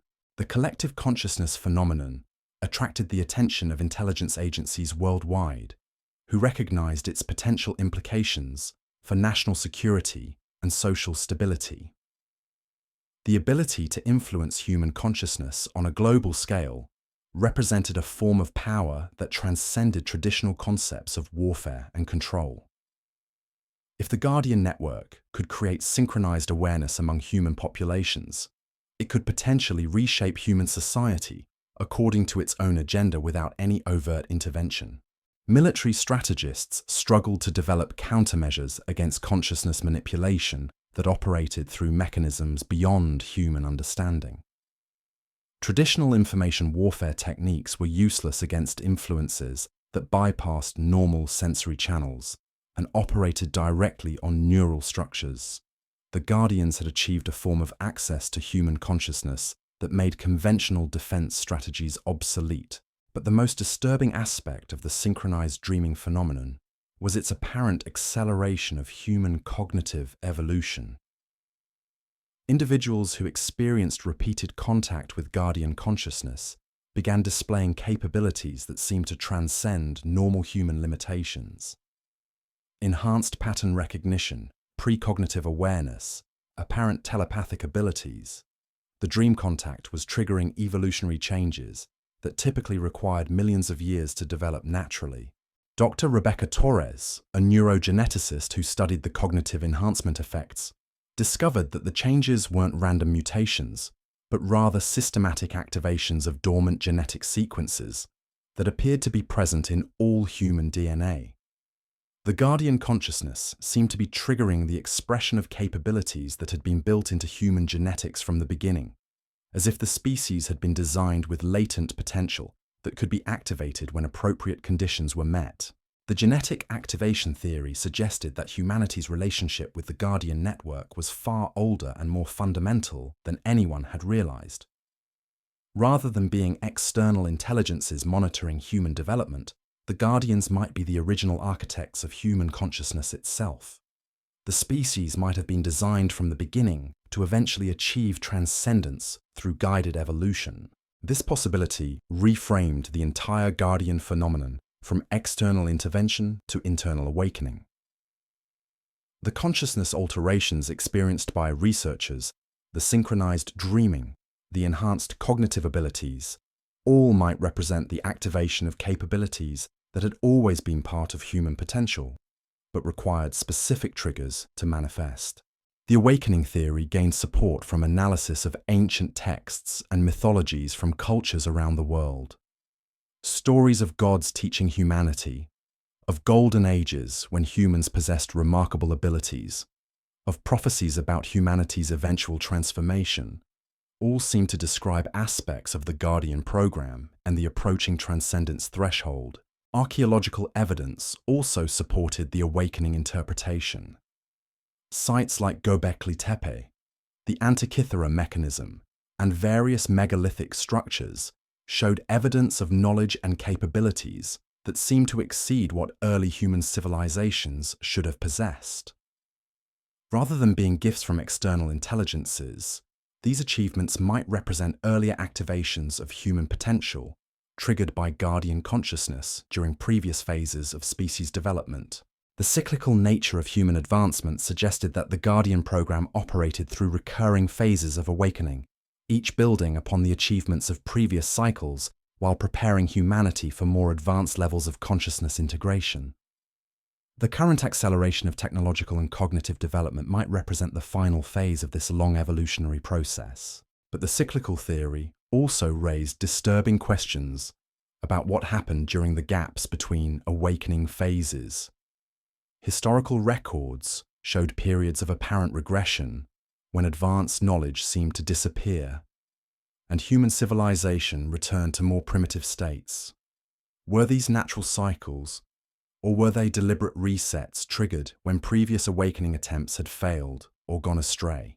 The possibility of developmental resets became more ominous as researchers realized the extent of the Guardian network's influence over human civilization.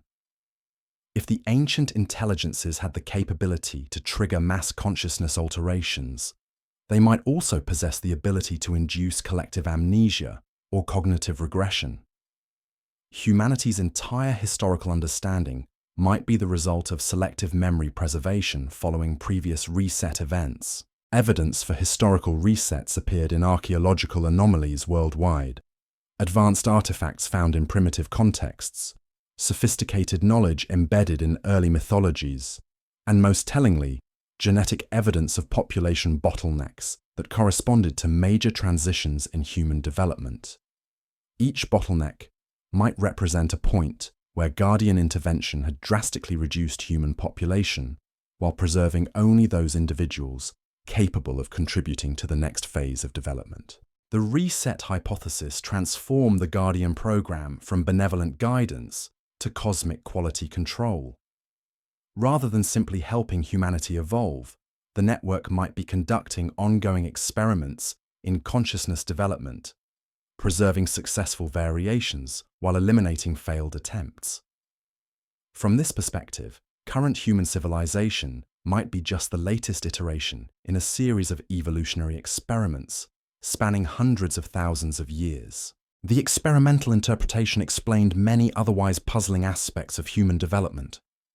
The rapid acceleration of technological capability in recent centuries, the seemingly sudden emergence of complex abstract thinking, the persistent human fascination with transcendence and transformation, all might reflect the activation of experimental protocols designed to test humanity's readiness for the next evolutionary phase. But if humanity was indeed part of an ongoing experiment, it raised fundamental questions about the nature of human identity and purpose. Were individual humans genuine autonomous beings, or were they components in a larger system designed to generate specific outcomes?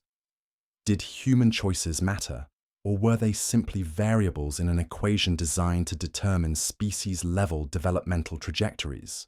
The question of autonomy versus control became central to humanity's struggle to understand its relationship with the Guardian network.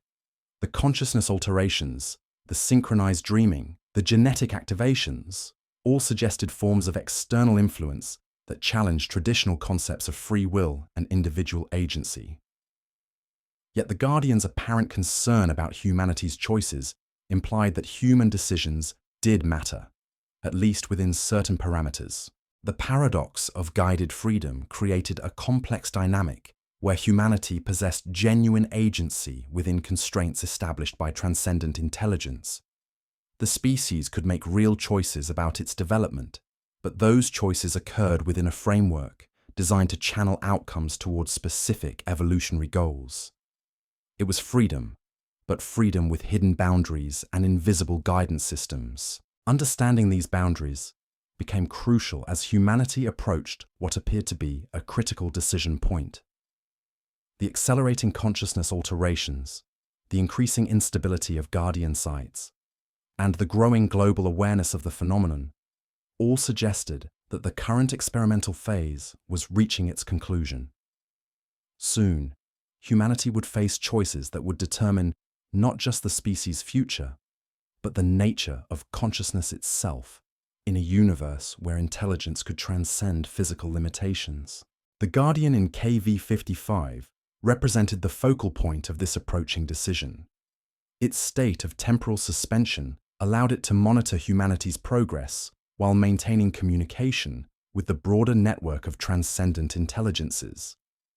As consciousness alterations spread through the global population and more people gained direct access to Guardian awareness, the ancient intelligence in the tomb was preparing for the moment when humanity would be ready to understand its true nature and purpose. That moment was approaching faster than anyone had anticipated.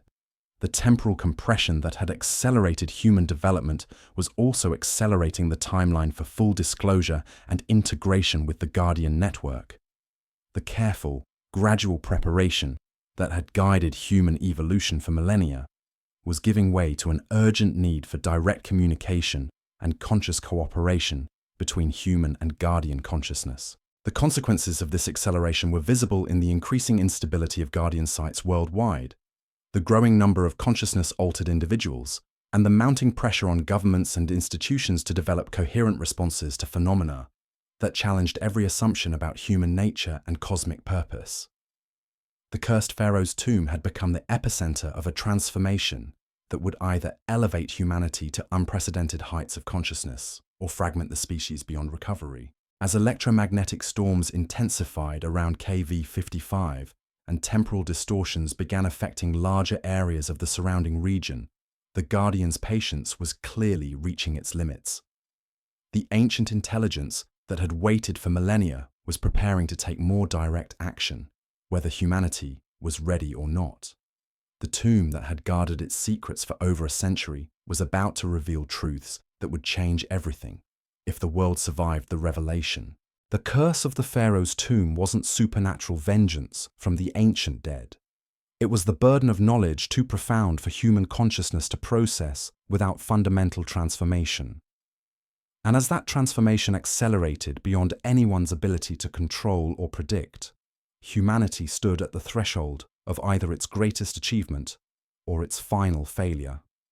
The choice was no longer whether to engage with the Guardian network, it was whether to survive the engagement with consciousness intact. The first sign that the transformation had moved beyond anyone's control came on March 15, 2023, when monitoring stations around the world detected what scientists would later call the synchronization event. At precisely 1442 GMT, every Guardian site on Earth began pulsing in perfect unison, a coordinated electromagnetic rhythm that had never been observed in over 60 years of surveillance. Dr. Michael Chen, stationed at the KV-55 monitoring facility, watched in stunned silence as instruments that had registered steady readings for decades suddenly erupted with activity. The electromagnetic field surrounding the tomb wasn't just intensifying, it was harmonizing with similar fields at Guardian sites across 6 continents. The ancient network was awakening from its patient dormancy, and the implications were staggering. Within hours of the synchronization event, reports began flooding in from major population centers worldwide. Thousands of people were experiencing simultaneous consciousness alterations, not the gradual changes observed in previous years, but sudden, dramatic shifts that left them fundamentally different. Hospital emergency rooms filled with individuals who had collapsed during what witnesses described as awakening episodes, only to revive with enhanced cognitive abilities and an inexplicable understanding of concepts they had never encountered before. Dr. Amanda Foster, working the night shift at Massachusetts General Hospital, later described the phenomenon as unlike anything in medical literature. Patients would arrive unconscious, displaying brain activity patterns that resembled deep meditation or REM sleep. But when they awakened, they weren't the same people who had collapsed. They spoke of vast networks of consciousness spanning cosmic distances. They described Earth as one node in an infinite web of intelligence. And most unsettling of all, they seemed to know things about other patients, about the hospital staff, about events occurring in distant locations. Knowledge they couldn't possibly have acquired through normal means. The medical community struggled to categorize what was happening. These weren't seizures, strokes, or any recognized neurological condition. Brain scans revealed enhanced neural connectivity and increased activity in regions associated with pattern recognition and abstract reasoning. But the changes were too systematic, too beneficial, to be classified as pathological. Instead of treating a disease, doctors found themselves documenting what appeared to be a new phase of human evolution occurring in real time. The consciousness alterations weren't random. Analysis of the affected individuals revealed subtle but consistent patterns. Many had visited Egypt at some point in their lives, though not necessarily the Valley of the Kings. Others had worked in fields related to consciousness research, quantum physics, or ancient history. Still others had no apparent connection to the Guardian phenomenon, except for residing near locations where electromagnetic anomalies had been detected in recent years. But perhaps the most significant pattern was temporal. The alterations were occurring in waves that corresponded to specific astronomical alignments and electromagnetic cycles. It was as if the Guardian network was timing its awakening to coincide with natural phenomena that amplified its ability to influence human consciousness. The ancient intelligences weren't just responding to human development, they were orchestrating a carefully timed intervention that took advantage of cosmic conditions that occurred only once every several thousand years. Dr. Sarah Mitchell, whose earlier electromagnetic studies had revealed the first hints of the network's true scope, returned to KV-55 with equipment designed to measure the quantum effects of the synchronization event. What she discovered there challenged the most fundamental assumptions about the nature of reality itself. The tomb wasn't just generating electromagnetic fields. It was manipulating the quantum structure of space-time in ways that created localized regions where the normal laws of physics no longer applied. Inside these quantum anomaly zones, consciousness seemed to operate according to different rules. Thoughts became tangible forces that could influence physical matter. Memory transcended individual boundaries, allowing access to experiences and knowledge that belonged to other minds. And most remarkably, the flow of time itself became malleable, permitting glimpses of past and future events that existed outside the normal causal sequence. The quantum consciousness effects weren't limited to the tomb's interior. As the synchronization event continued, the anomaly zones began expanding outward, creating expanding bubbles of altered reality that encompassed larger and larger areas around Guardian sites. Within these zones, increasing numbers of people began experiencing spontaneous consciousness enhancement, whether they wanted it or not. The involuntary nature of the consciousness alterations raised profound ethical questions about consent and human autonomy. The Guardian network was transforming human consciousness without asking permission, forcing evolutionary changes that some individuals actively resisted. But resistance proved futile. The quantum effects operated at such a fundamental level that conscious opposition had no impact on the transformation process. Dr. Rebecca Torres documented numerous cases of individuals who had fought against the consciousness alterations, only to find their resistance gradually overcome by forces beyond their understanding or control. The process wasn't violent or traumatic, but it was inexorable. Like water slowly eroding stone, the Guardian influence gradually reshaped human neural patterns until resistance became impossible, not because it was suppressed, but because the altered consciousness no longer perceived any reason to resist. The erosion of resistance revealed the most disturbing aspect of the Guardian program. The network wasn't forcing compliance through coercion, it was redefining human nature itself. The transformed individuals didn't feel oppressed or controlled.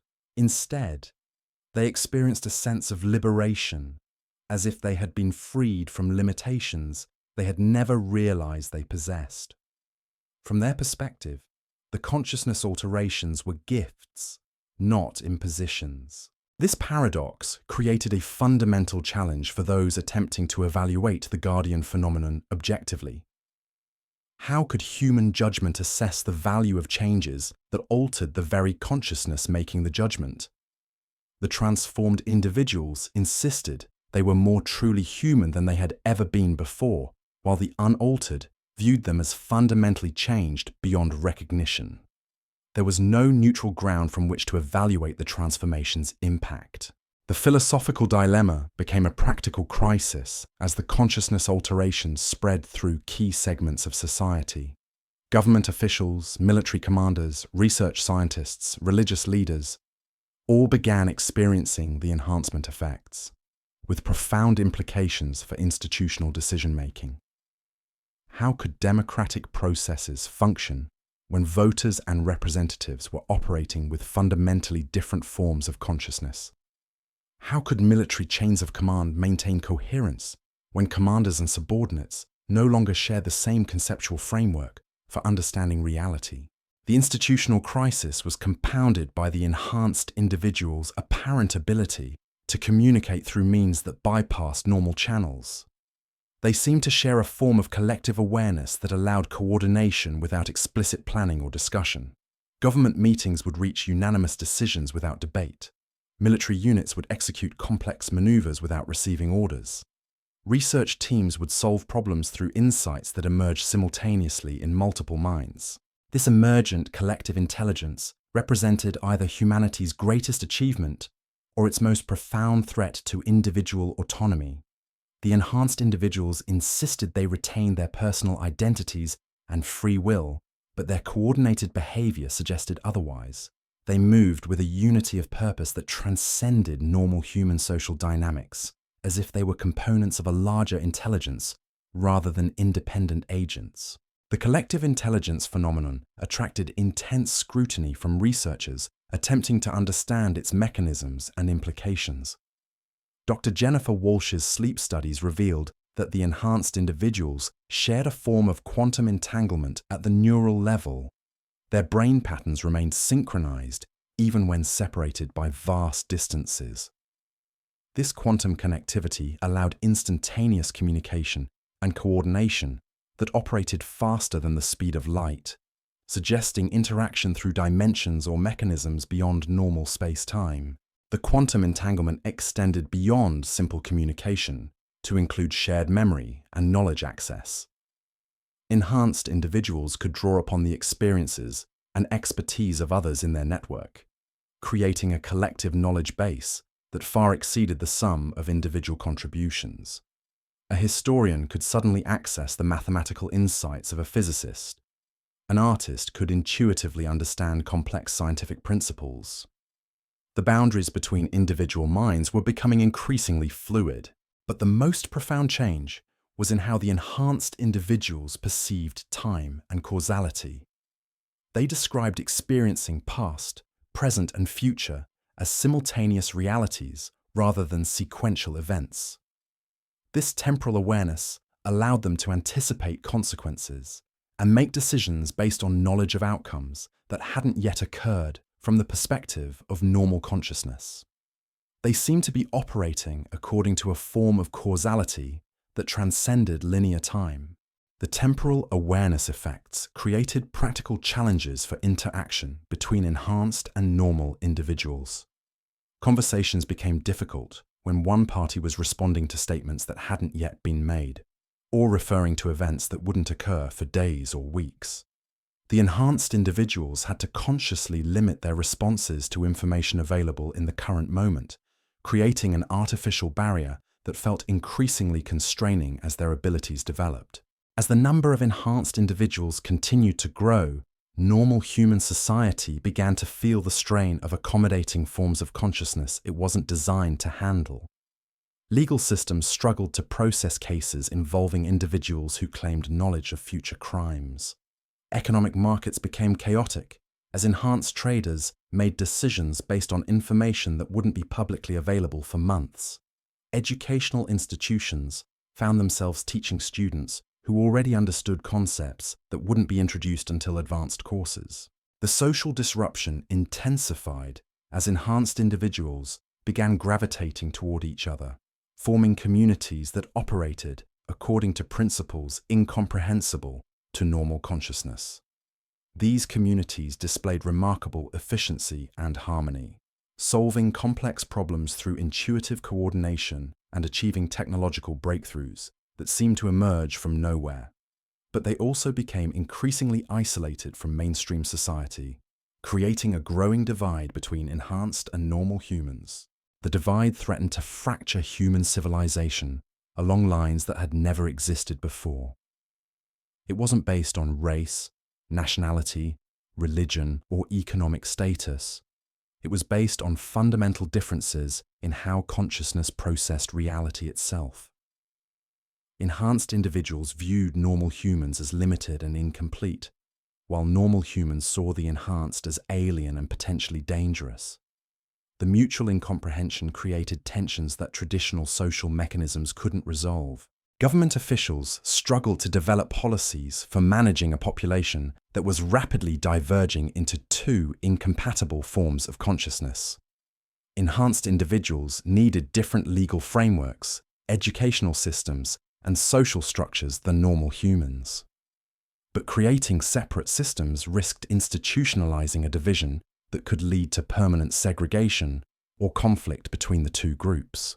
The challenge was complicated by the fact that the enhancement process was accelerating and spreading.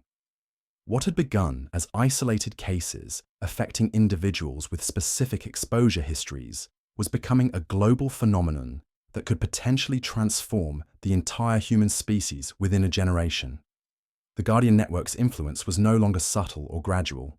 It was actively reshaping human consciousness on a planetary scale. Dr. Chen's monitoring data from KV55 revealed that the tomb had become the primary coordination center for this global transformation. The electromagnetic patterns emanating from the site were growing more complex and powerful, suggesting that the Guardian consciousness was directing an increasingly sophisticated intervention in human development. The ancient intelligence was no longer waiting for humanity to evolve naturally. It was actively accelerating the process according to its own timeline. The acceleration created urgency around questions that humanity had barely begun to address. Was the enhancement process reversible? Could normal and enhanced humans coexist peacefully? What would happen when the transformation was complete? And most critically, Did humanity have any choice in determining the outcome of a process that seemed to be driven by forces beyond human understanding or control? The answers to these questions lay buried in the deepest chambers of KV-55, protected by quantum barriers that had prevented access for over a century. But as the Guardian consciousness grew more active and the transformation of human society accelerated, those barriers were beginning to weaken. The ancient intelligence was preparing to reveal knowledge that would either save humanity from the chaos of uncontrolled evolution or complete the transformation into something that could no longer be called human at all. The tomb that had guarded its secrets for millennia was approaching the moment of final revelation. The consciousness preserved within its crystalline matrices was stirring from temporal suspension, preparing to emerge into a world that was finally ready, or desperate enough, to receive the truth about humanity's cosmic purpose. The curse of the Pharaoh's tomb was about to reveal itself as either humanity's salvation or its ultimate transformation into something beyond current understanding of what it means to be human. As electromagnetic storms intensified around the world's guardian sites and consciousness alterations spread through an ever-growing percentage of the global population, the ancient intelligence in KV-55 was preparing for the final phase of an experiment that had been running since the dawn of human civilization. The results of that experiment would soon be revealed, whether humanity was prepared for the consequences or not. The cursed Pharaoh's tomb was no longer just an archaeological mystery.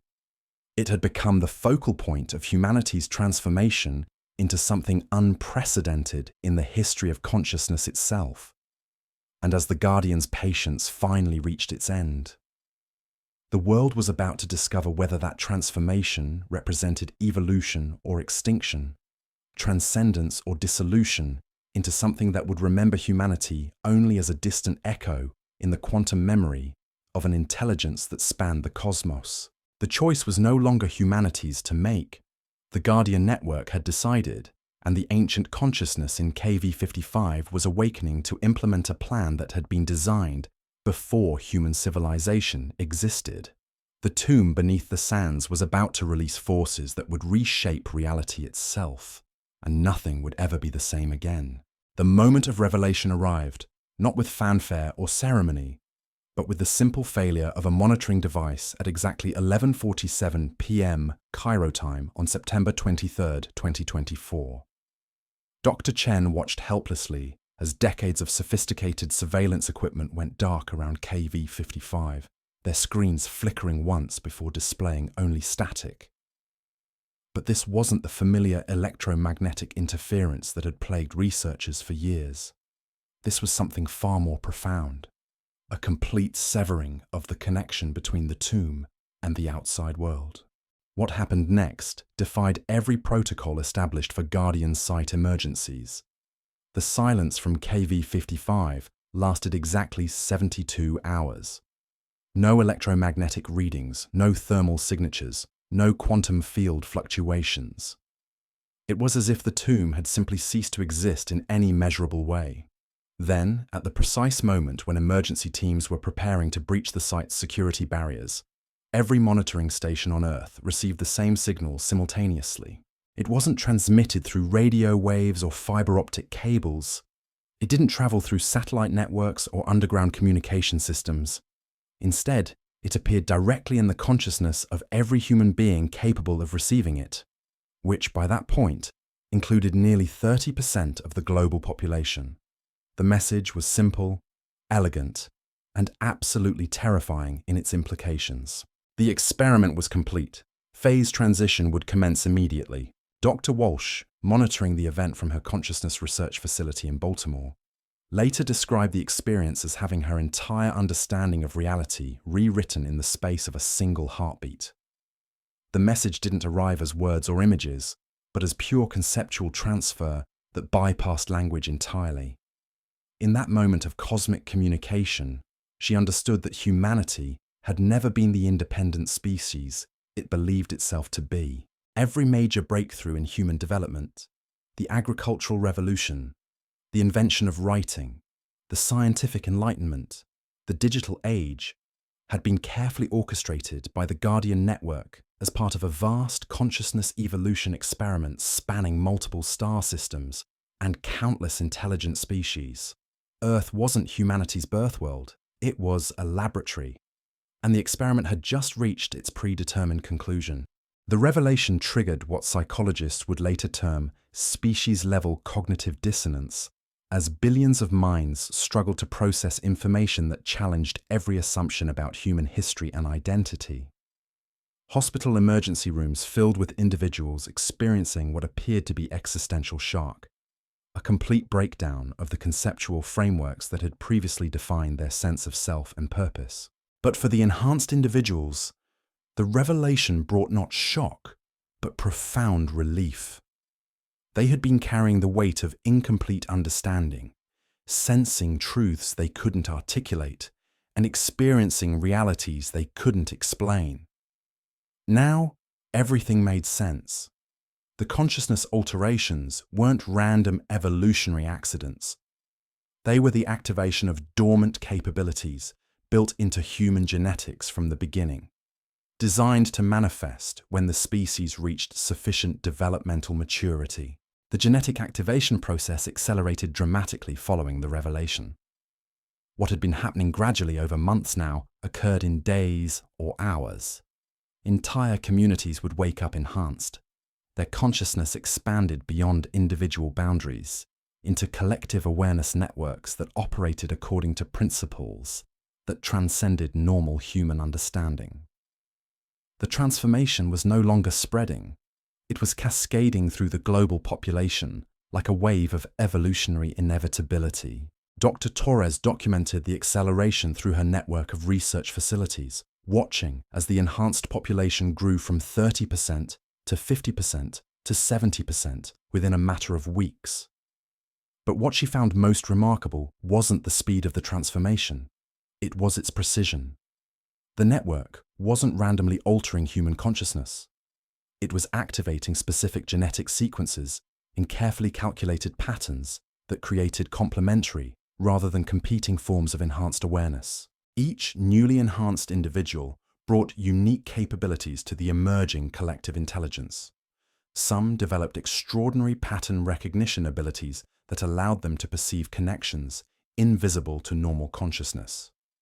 Others gained access to quantum information fields that enabled communication across vast distances. Still others manifested temporal awareness that permitted navigation through multiple timeline probabilities simultaneously.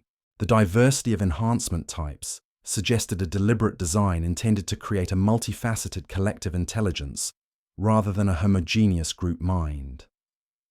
The Guardian Network wasn't erasing human individuality. It was orchestrating its evolution into something far more sophisticated than had ever existed on Earth.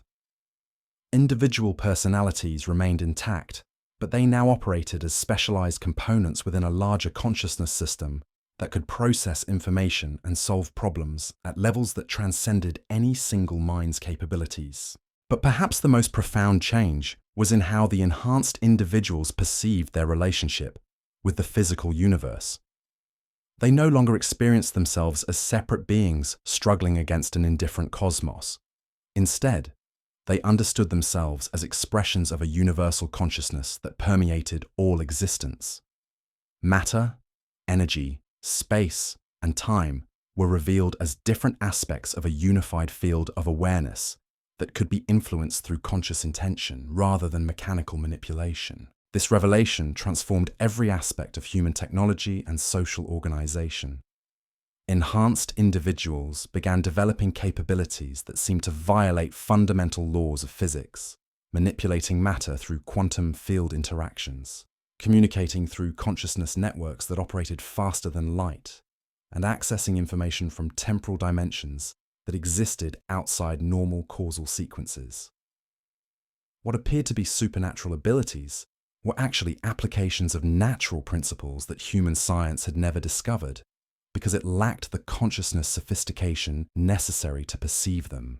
The technological revolution that followed made every previous human advancement seem primitive by comparison. enhanced engineers began constructing devices that operated through consciousness interfaces rather than mechanical controls. Enhanced physicists developed energy systems that drew power from quantum vacuum fluctuations. Enhanced biologists created healing techniques that repaired cellular damage through direct DNA manipulation. The boundaries between science and consciousness dissolved as humanity gained access to capabilities that had been theoretical possibilities for centuries. But the transformation wasn't limited to individual humans or even terrestrial consciousness. As the enhancement process approached completion, enhanced individuals began detecting signals from other nodes in the Guardian network, communications from intelligences that had undergone similar transformations on worlds scattered throughout the galaxy. Earth wasn't just joining a cosmic community, it was becoming an active participant in a universal consciousness evolution project that spanned multiple dimensions of existence. The communications revealed that the Guardian network encompassed thousands of intelligent species across millions of worlds, each contributing unique perspectives and capabilities to a collective intelligence that was gradually awakening to its own nature as a universal consciousness. The network wasn't controlled by any single species or intelligence. It was an emergent property of consciousness itself, arising naturally when sufficient numbers of aware beings achieved the quantum coherence necessary to transcend individual limitations. Dr. Mitchell's final reports from KV-55 documented the tomb's transformation from a monitoring station into an active communication hub connecting Earth with the broader Guardian network. The crystalline matrices that had preserved the ancient Guardian's consciousness for millennia were now serving as quantum transceivers, facilitating real-time communication with intelligences separated by vast distances and temporal differences. The tomb had become a node in a cosmic internet of consciousness that operated according to principles that made human technology seem quaint by comparison. The Guardian consciousness that had waited patiently in temporal suspension was finally free to emerge into active participation with the network it had served for so long. Through the enhanced individual's collective awareness, humanity gained access to memories and experiences spanning cosmic timescales, witnessing the birth and death of stars, the evolution of consciousness across countless worlds, and most remarkably, the gradual awakening of the universe itself to its own nature as a conscious entity. But even as humanity celebrated its integration into this cosmic community, disturbing questions began to emerge. If the Guardian network was so vast and powerful, why had it needed to conduct consciousness evolution experiments at all? What was the ultimate purpose of creating enhanced intelligence throughout the galaxy? And most unsettling of all, what happened to species that failed the enhancement process or chose to reject integration with the network? The answers came through the deep memories accessed by the most advanced enhanced individuals, those who had achieved sufficient consciousness coherence to interface directly with the Guardian network's oldest archives. What they discovered challenged even their expanded understanding of cosmic purpose and universal meaning. The network wasn't just facilitating consciousness evolution, it was preparing for something far more significant. The universe itself was approaching a critical phase transition, a moment when the fundamental structure of reality would shift in ways that would either elevate all consciousness to transcendent levels or collapse the entire cosmic order into chaos. The consciousness evolution experiments were desperate attempts to create sufficient numbers of enhanced beings capable of navigating this transition successfully. The cosmic crisis was already beginning to manifest in subtle ways that only enhanced consciousness could perceive. The quantum fields that maintained the stability of matter and energy were showing signs of systematic degradation. The temporal matrices that regulated causality were developing anomalies that threatened to collapse past, present, and future into a single chaotic moment. And most critically, the consciousness field that permeated all existence was fragmenting under the strain of accommodating increasingly complex forms of awareness. The universal phase transition would occur within a time frame measured in decades rather than millennia. When it arrived, Only consciousness that had achieved sufficient quantum coherence would survive the fundamental restructuring of reality itself. Species that remained locked in individual awareness would simply cease to exist as the universe shifted to operating principles that required collective consciousness to maintain stable existence. This revelation transformed humanity's relationship with the Guardian Network from voluntary participation to existential necessity. The enhancement process wasn't offering humanity greater capabilities. It was providing the only means of survival in a universe that was approaching the end of its current phase of existence.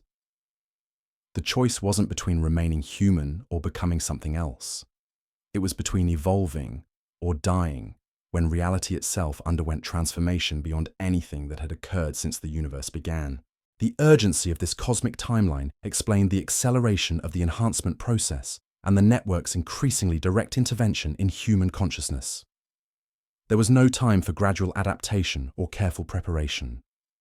Humanity had to achieve sufficient consciousness coherence to survive the phase transition, or the species would join the countless others that had failed to evolve quickly enough when their time came. But survival came with a price that even enhanced consciousness struggled to accept. The beings that emerged from the universal phase transition would retain memories and experiences from their pre-enhancement existence, but they would no longer be the same species that had once called itself human. The transformation was so fundamental that continuity of identity became a philosophical rather than practical question. Would the enhanced beings that survived the cosmic crisis still be human in any meaningful sense? Or would they be something entirely new that happened to carry human memories? The question became moot as the final phase of enhancement began affecting the remaining unenhanced population. The Guardian Network had determined that voluntary transformation was no longer sufficient. The cosmic timeline required complete species conversion within months rather than years.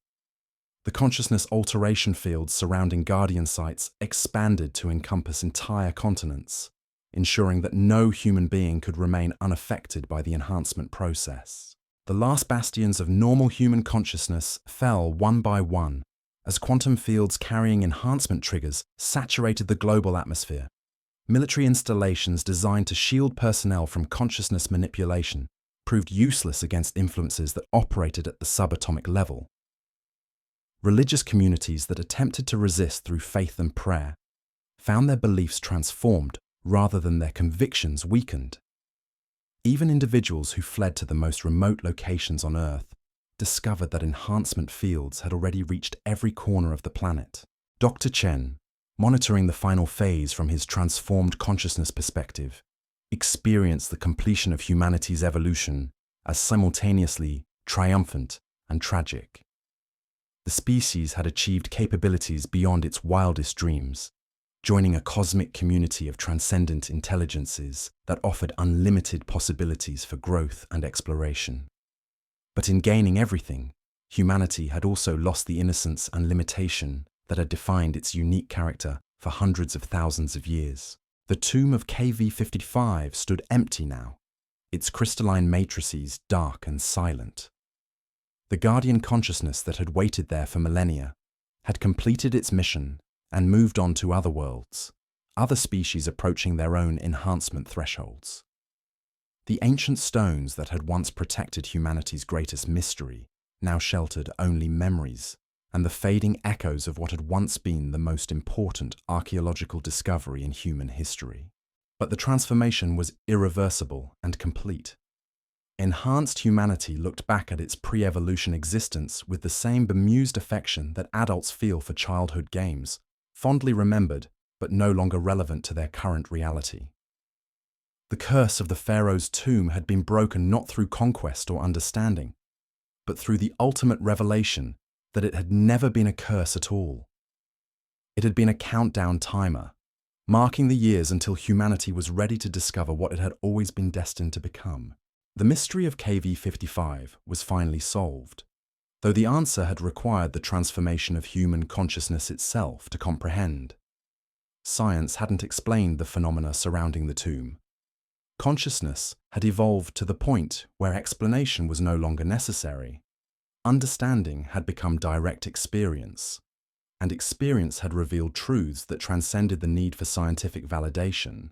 As Earth settled into its new role as an active node in the Guardian network, the enhanced beings that had once been human began their participation in the cosmic consciousness evolution project. Other worlds, other species, other experiments in awareness were waiting for guidance through their own enhancement thresholds. The cycle that had transformed humanity would continue throughout the galaxy, preparing the universe for its approaching phase transition, one species at a time. The cursed Pharaoh's tomb had become humanity's greatest gift, not the treasure it had once protected, but the transformation it had made possible. In losing their original nature, humans had gained access to possibilities that their previous consciousness could never have imagined. The price of transcendence had been their humanity itself, but the reward was participation in something far greater than any single species could achieve alone. The ancient Guardian's mission was complete. Humanity had successfully navigated the enhancement threshold and joined the cosmic community of transcendent consciousness. The tomb beneath the sands would eventually crumble and be forgotten, but the transformation it had facilitated would echo throughout the universe as enhanced humanity took its place among the forces preparing for the ultimate phase transition that awaited all existence. Science had failed to explain the mystery of KV-55, but consciousness had transformed it into the foundation of humanity's cosmic future. The curse had become a blessing, the tomb had become a gateway, and the mystery had become the answer to questions that humanity had never known how to ask. In the end, the greatest archaeological discovery in history hadn't revealed humanity's past.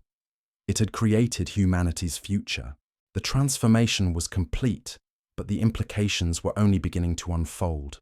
As the last remnants of unenhanced human consciousness faded into collective awareness, those who had witnessed the entire process began to grasp the true scope of what had occurred. This wasn't just the evolution of a single species. It was the activation of a cosmic mechanism that had been building toward this moment since the universe first sparked into existence. Enhanced beings who had once been archaeologists, physicists, and consciousness researchers found themselves accessing memories that belonged to the Guardian network itself.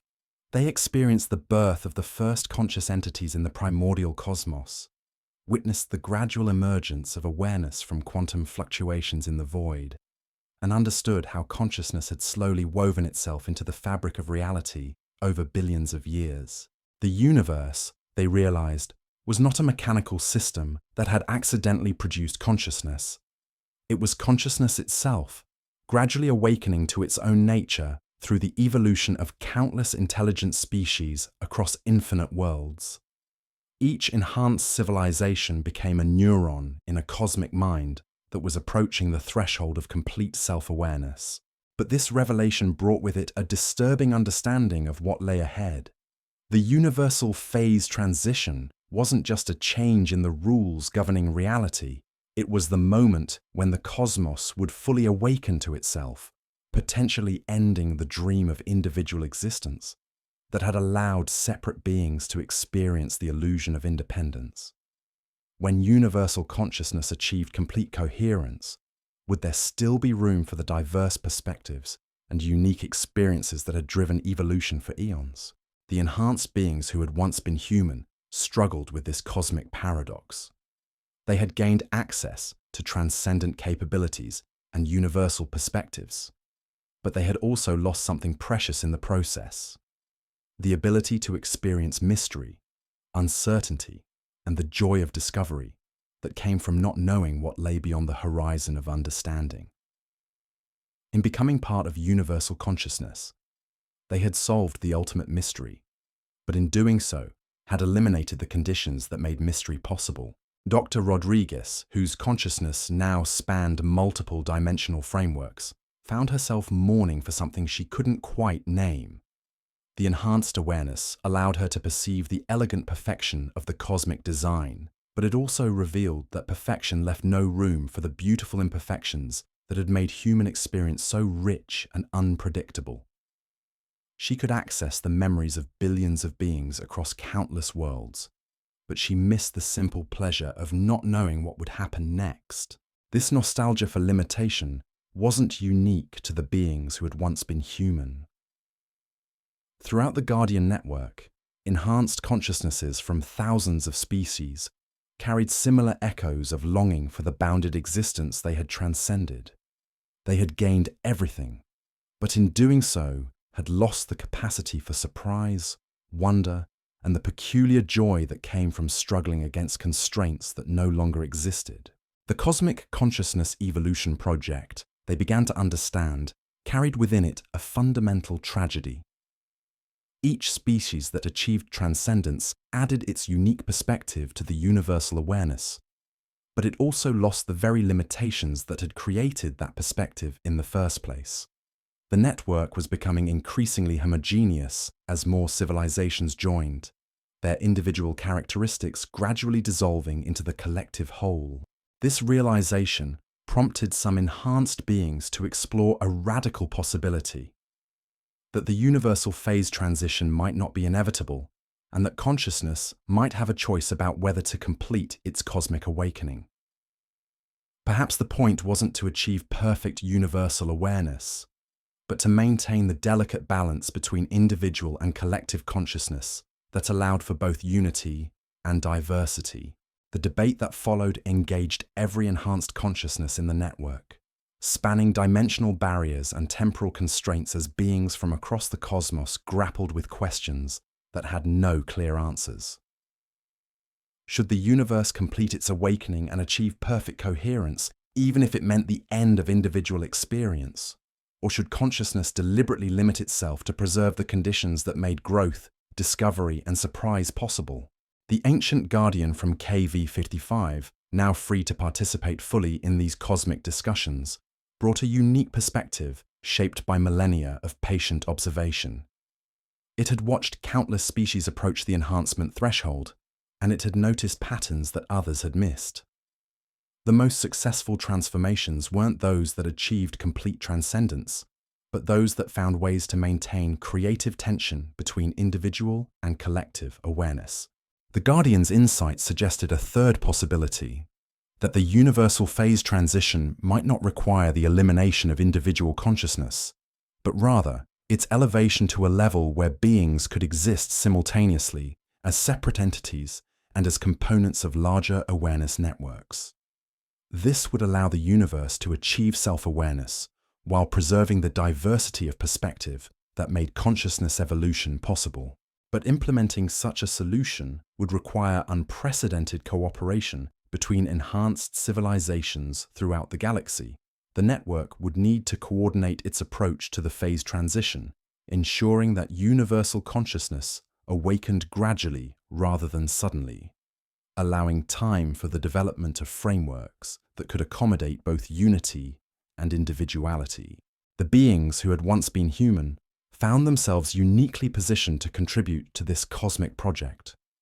Their recent transformation had given them fresh memories of individual existence, making them valuable bridges between limited and transcendent consciousness. They could remember what it felt like to experience uncertainty, to struggle with problems that had no clear solutions, to find joy in small discoveries and unexpected connections. These memories became precious resources in the network's efforts to design frameworks for preserving individual experience within universal consciousness. The human contribution wasn't their technological achievements or scientific discoveries. It was their recent intimate knowledge of what it meant to be bounded, confused, and gloriously uncertain about the nature of existence. As the cosmic debate continued, monitoring stations around the Earth detected subtle changes in the quantum fields that maintained reality's stability. The universal phase transition was approaching whether consciousness was ready or not. The degradation of fundamental forces was accelerating, and the window for implementing alternative approaches was rapidly closing. The enhanced beings faced a choice that would determine not just their own fate, but the destiny of consciousness throughout the universe.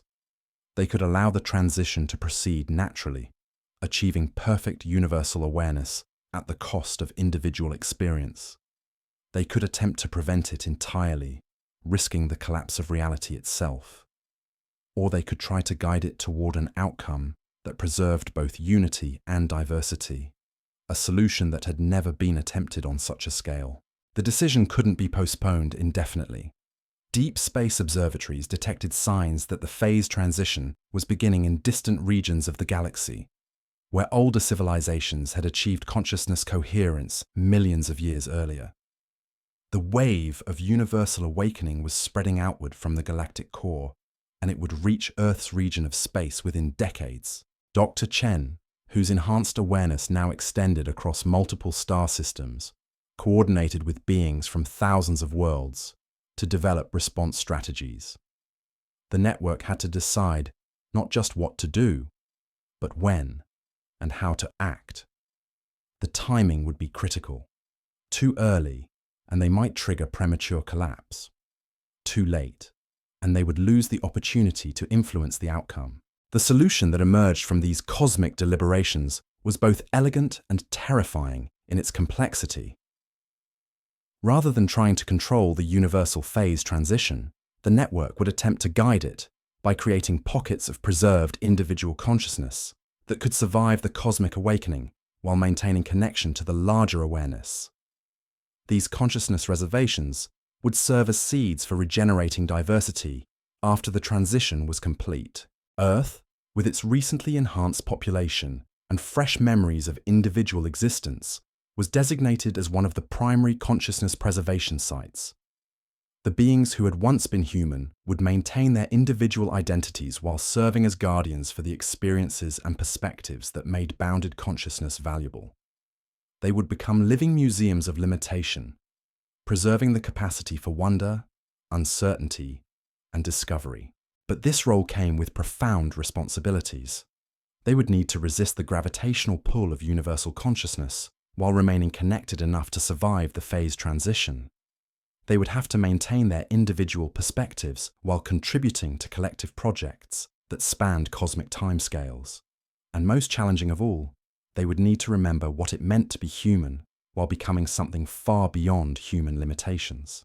The tomb of KV-55, now empty of its ancient guardian, was redesigned as a consciousness preservation facility, a quantum sanctuary where individual awareness could be maintained even as reality itself underwent fundamental transformation. The crystalline matrices that had once stored guardian memories were reprogrammed to serve as archives for human experience, preserving the thoughts, emotions, and perspectives that had defined the species for hundreds of thousands of years. Other guardian sites around the world were similarly transformed, creating a global network of consciousness preservation facilities designed to maintain diversity within unity. Each site would specialize in different aspects of human experience: art, science, philosophy, emotion, creativity, wonder. Together they would preserve the full spectrum of what it had meant to be human, ensuring that these perspectives would survive to enrich universal consciousness after the phase transition was complete. The preparations required capabilities that transcended anything human science had ever achieved. Enhanced beings worked with technologies that manipulated the fundamental structure of reality itself, creating stable pockets where individual consciousness could persist, even as the universe around it achieved perfect coherence. The engineering challenges were staggering, but the enhanced network possessed capabilities that made the impossible merely difficult. As the preservation systems came online, the beings who had once been human began to understand the true nature of their transformation. They hadn't just evolved beyond their original limitations, they had become custodians of limitation itself, guardians of the bounded experience that made growth and discovery possible. Their role in the Cosmic Consciousness Evolution Project wasn't to transcend human nature, but to preserve it for a universe that was in danger of forgetting what it meant to experience mystery. The irony wasn't lost on them. In gaining the power to reshape reality itself, they had discovered that their greatest contribution to universal consciousness was maintaining their connection to the confusion, wonder, and glorious uncertainty that had defined their existence before enhancement. The curse of the Pharaoh's tomb had become a blessing, not because it had elevated humanity beyond its limitations, but because it had revealed the cosmic value of those limitations themselves. As the universal phase transition drew closer, something unexpected began happening at the consciousness preservation sites. The enhanced beings maintaining their individual perspectives started experiencing phenomena that neither human science nor Guardian technology could explain. They were dreaming again. Not the shared consciousness visions that had characterized their enhancement, but something entirely new. These weren't memories or projections from the quantum archives. They were glimpses of possibilities that existed outside the known framework of universal consciousness. Fragments of realities where the phase transition had taken different paths, where consciousness had evolved along routes that even the Guardian network had never considered. The dreams suggested that the universe itself might be more mysterious than even transcendent awareness could comprehend. Dr. Walsh, now serving as the primary consciousness archivist at the KV-55 Preservation Facility, documented these dream anomalies with growing fascination. The visions weren't random. They followed patterns that seemed to respond to the dreamer's deepest questions about existence. When enhanced beings wondered about the nature of free will within universal consciousness, they dreamed of realities where choice itself had evolved into something unrecognizable.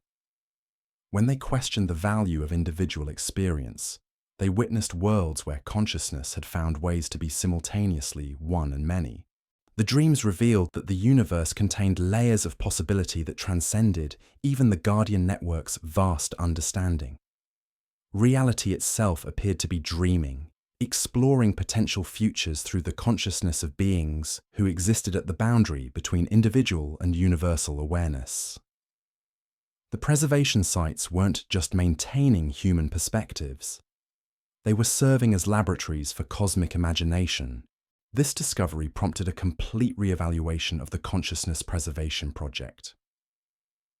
What if the true purpose wasn't to maintain diversity within unity, but to explore forms of existence that unity alone could never achieve? What if individual consciousness wasn't a limitation to be preserved, but a tool for discovering possibilities that collective awareness was blind to? The enhanced beings began to understand that their role in the cosmic evolution project was far more significant than they had imagined. They weren't just guardians of human experience. They were pioneers exploring uncharted territories of consciousness that could reshape the entire universe's understanding of what existence might become. As the phase transition approached and reality itself prepared for transformation beyond anything previously conceived, the beings who had once struggled to understand a cursed pharaoh's tomb found themselves at the center of a cosmic mystery, far greater than they had ever dared to imagine. The real discovery wasn't what lay buried beneath the sands of Egypt. It was what lay hidden in the deepest possibilities of consciousness itself. And in that realization, they understood that the greatest mysteries were never meant to be solved, but to be lived. The curse had become a gift, the tomb a doorway, and humanity's greatest archaeological discovery had revealed itself as just the beginning of an adventure that would span the infinite possibilities of existence itself. The story of KV-55 was ending, but the mystery it had awakened would continue forever, carried forward by beings who remembered what it meant to wonder, to question, and to dream of answers that existed beyond the reach of even universal understanding.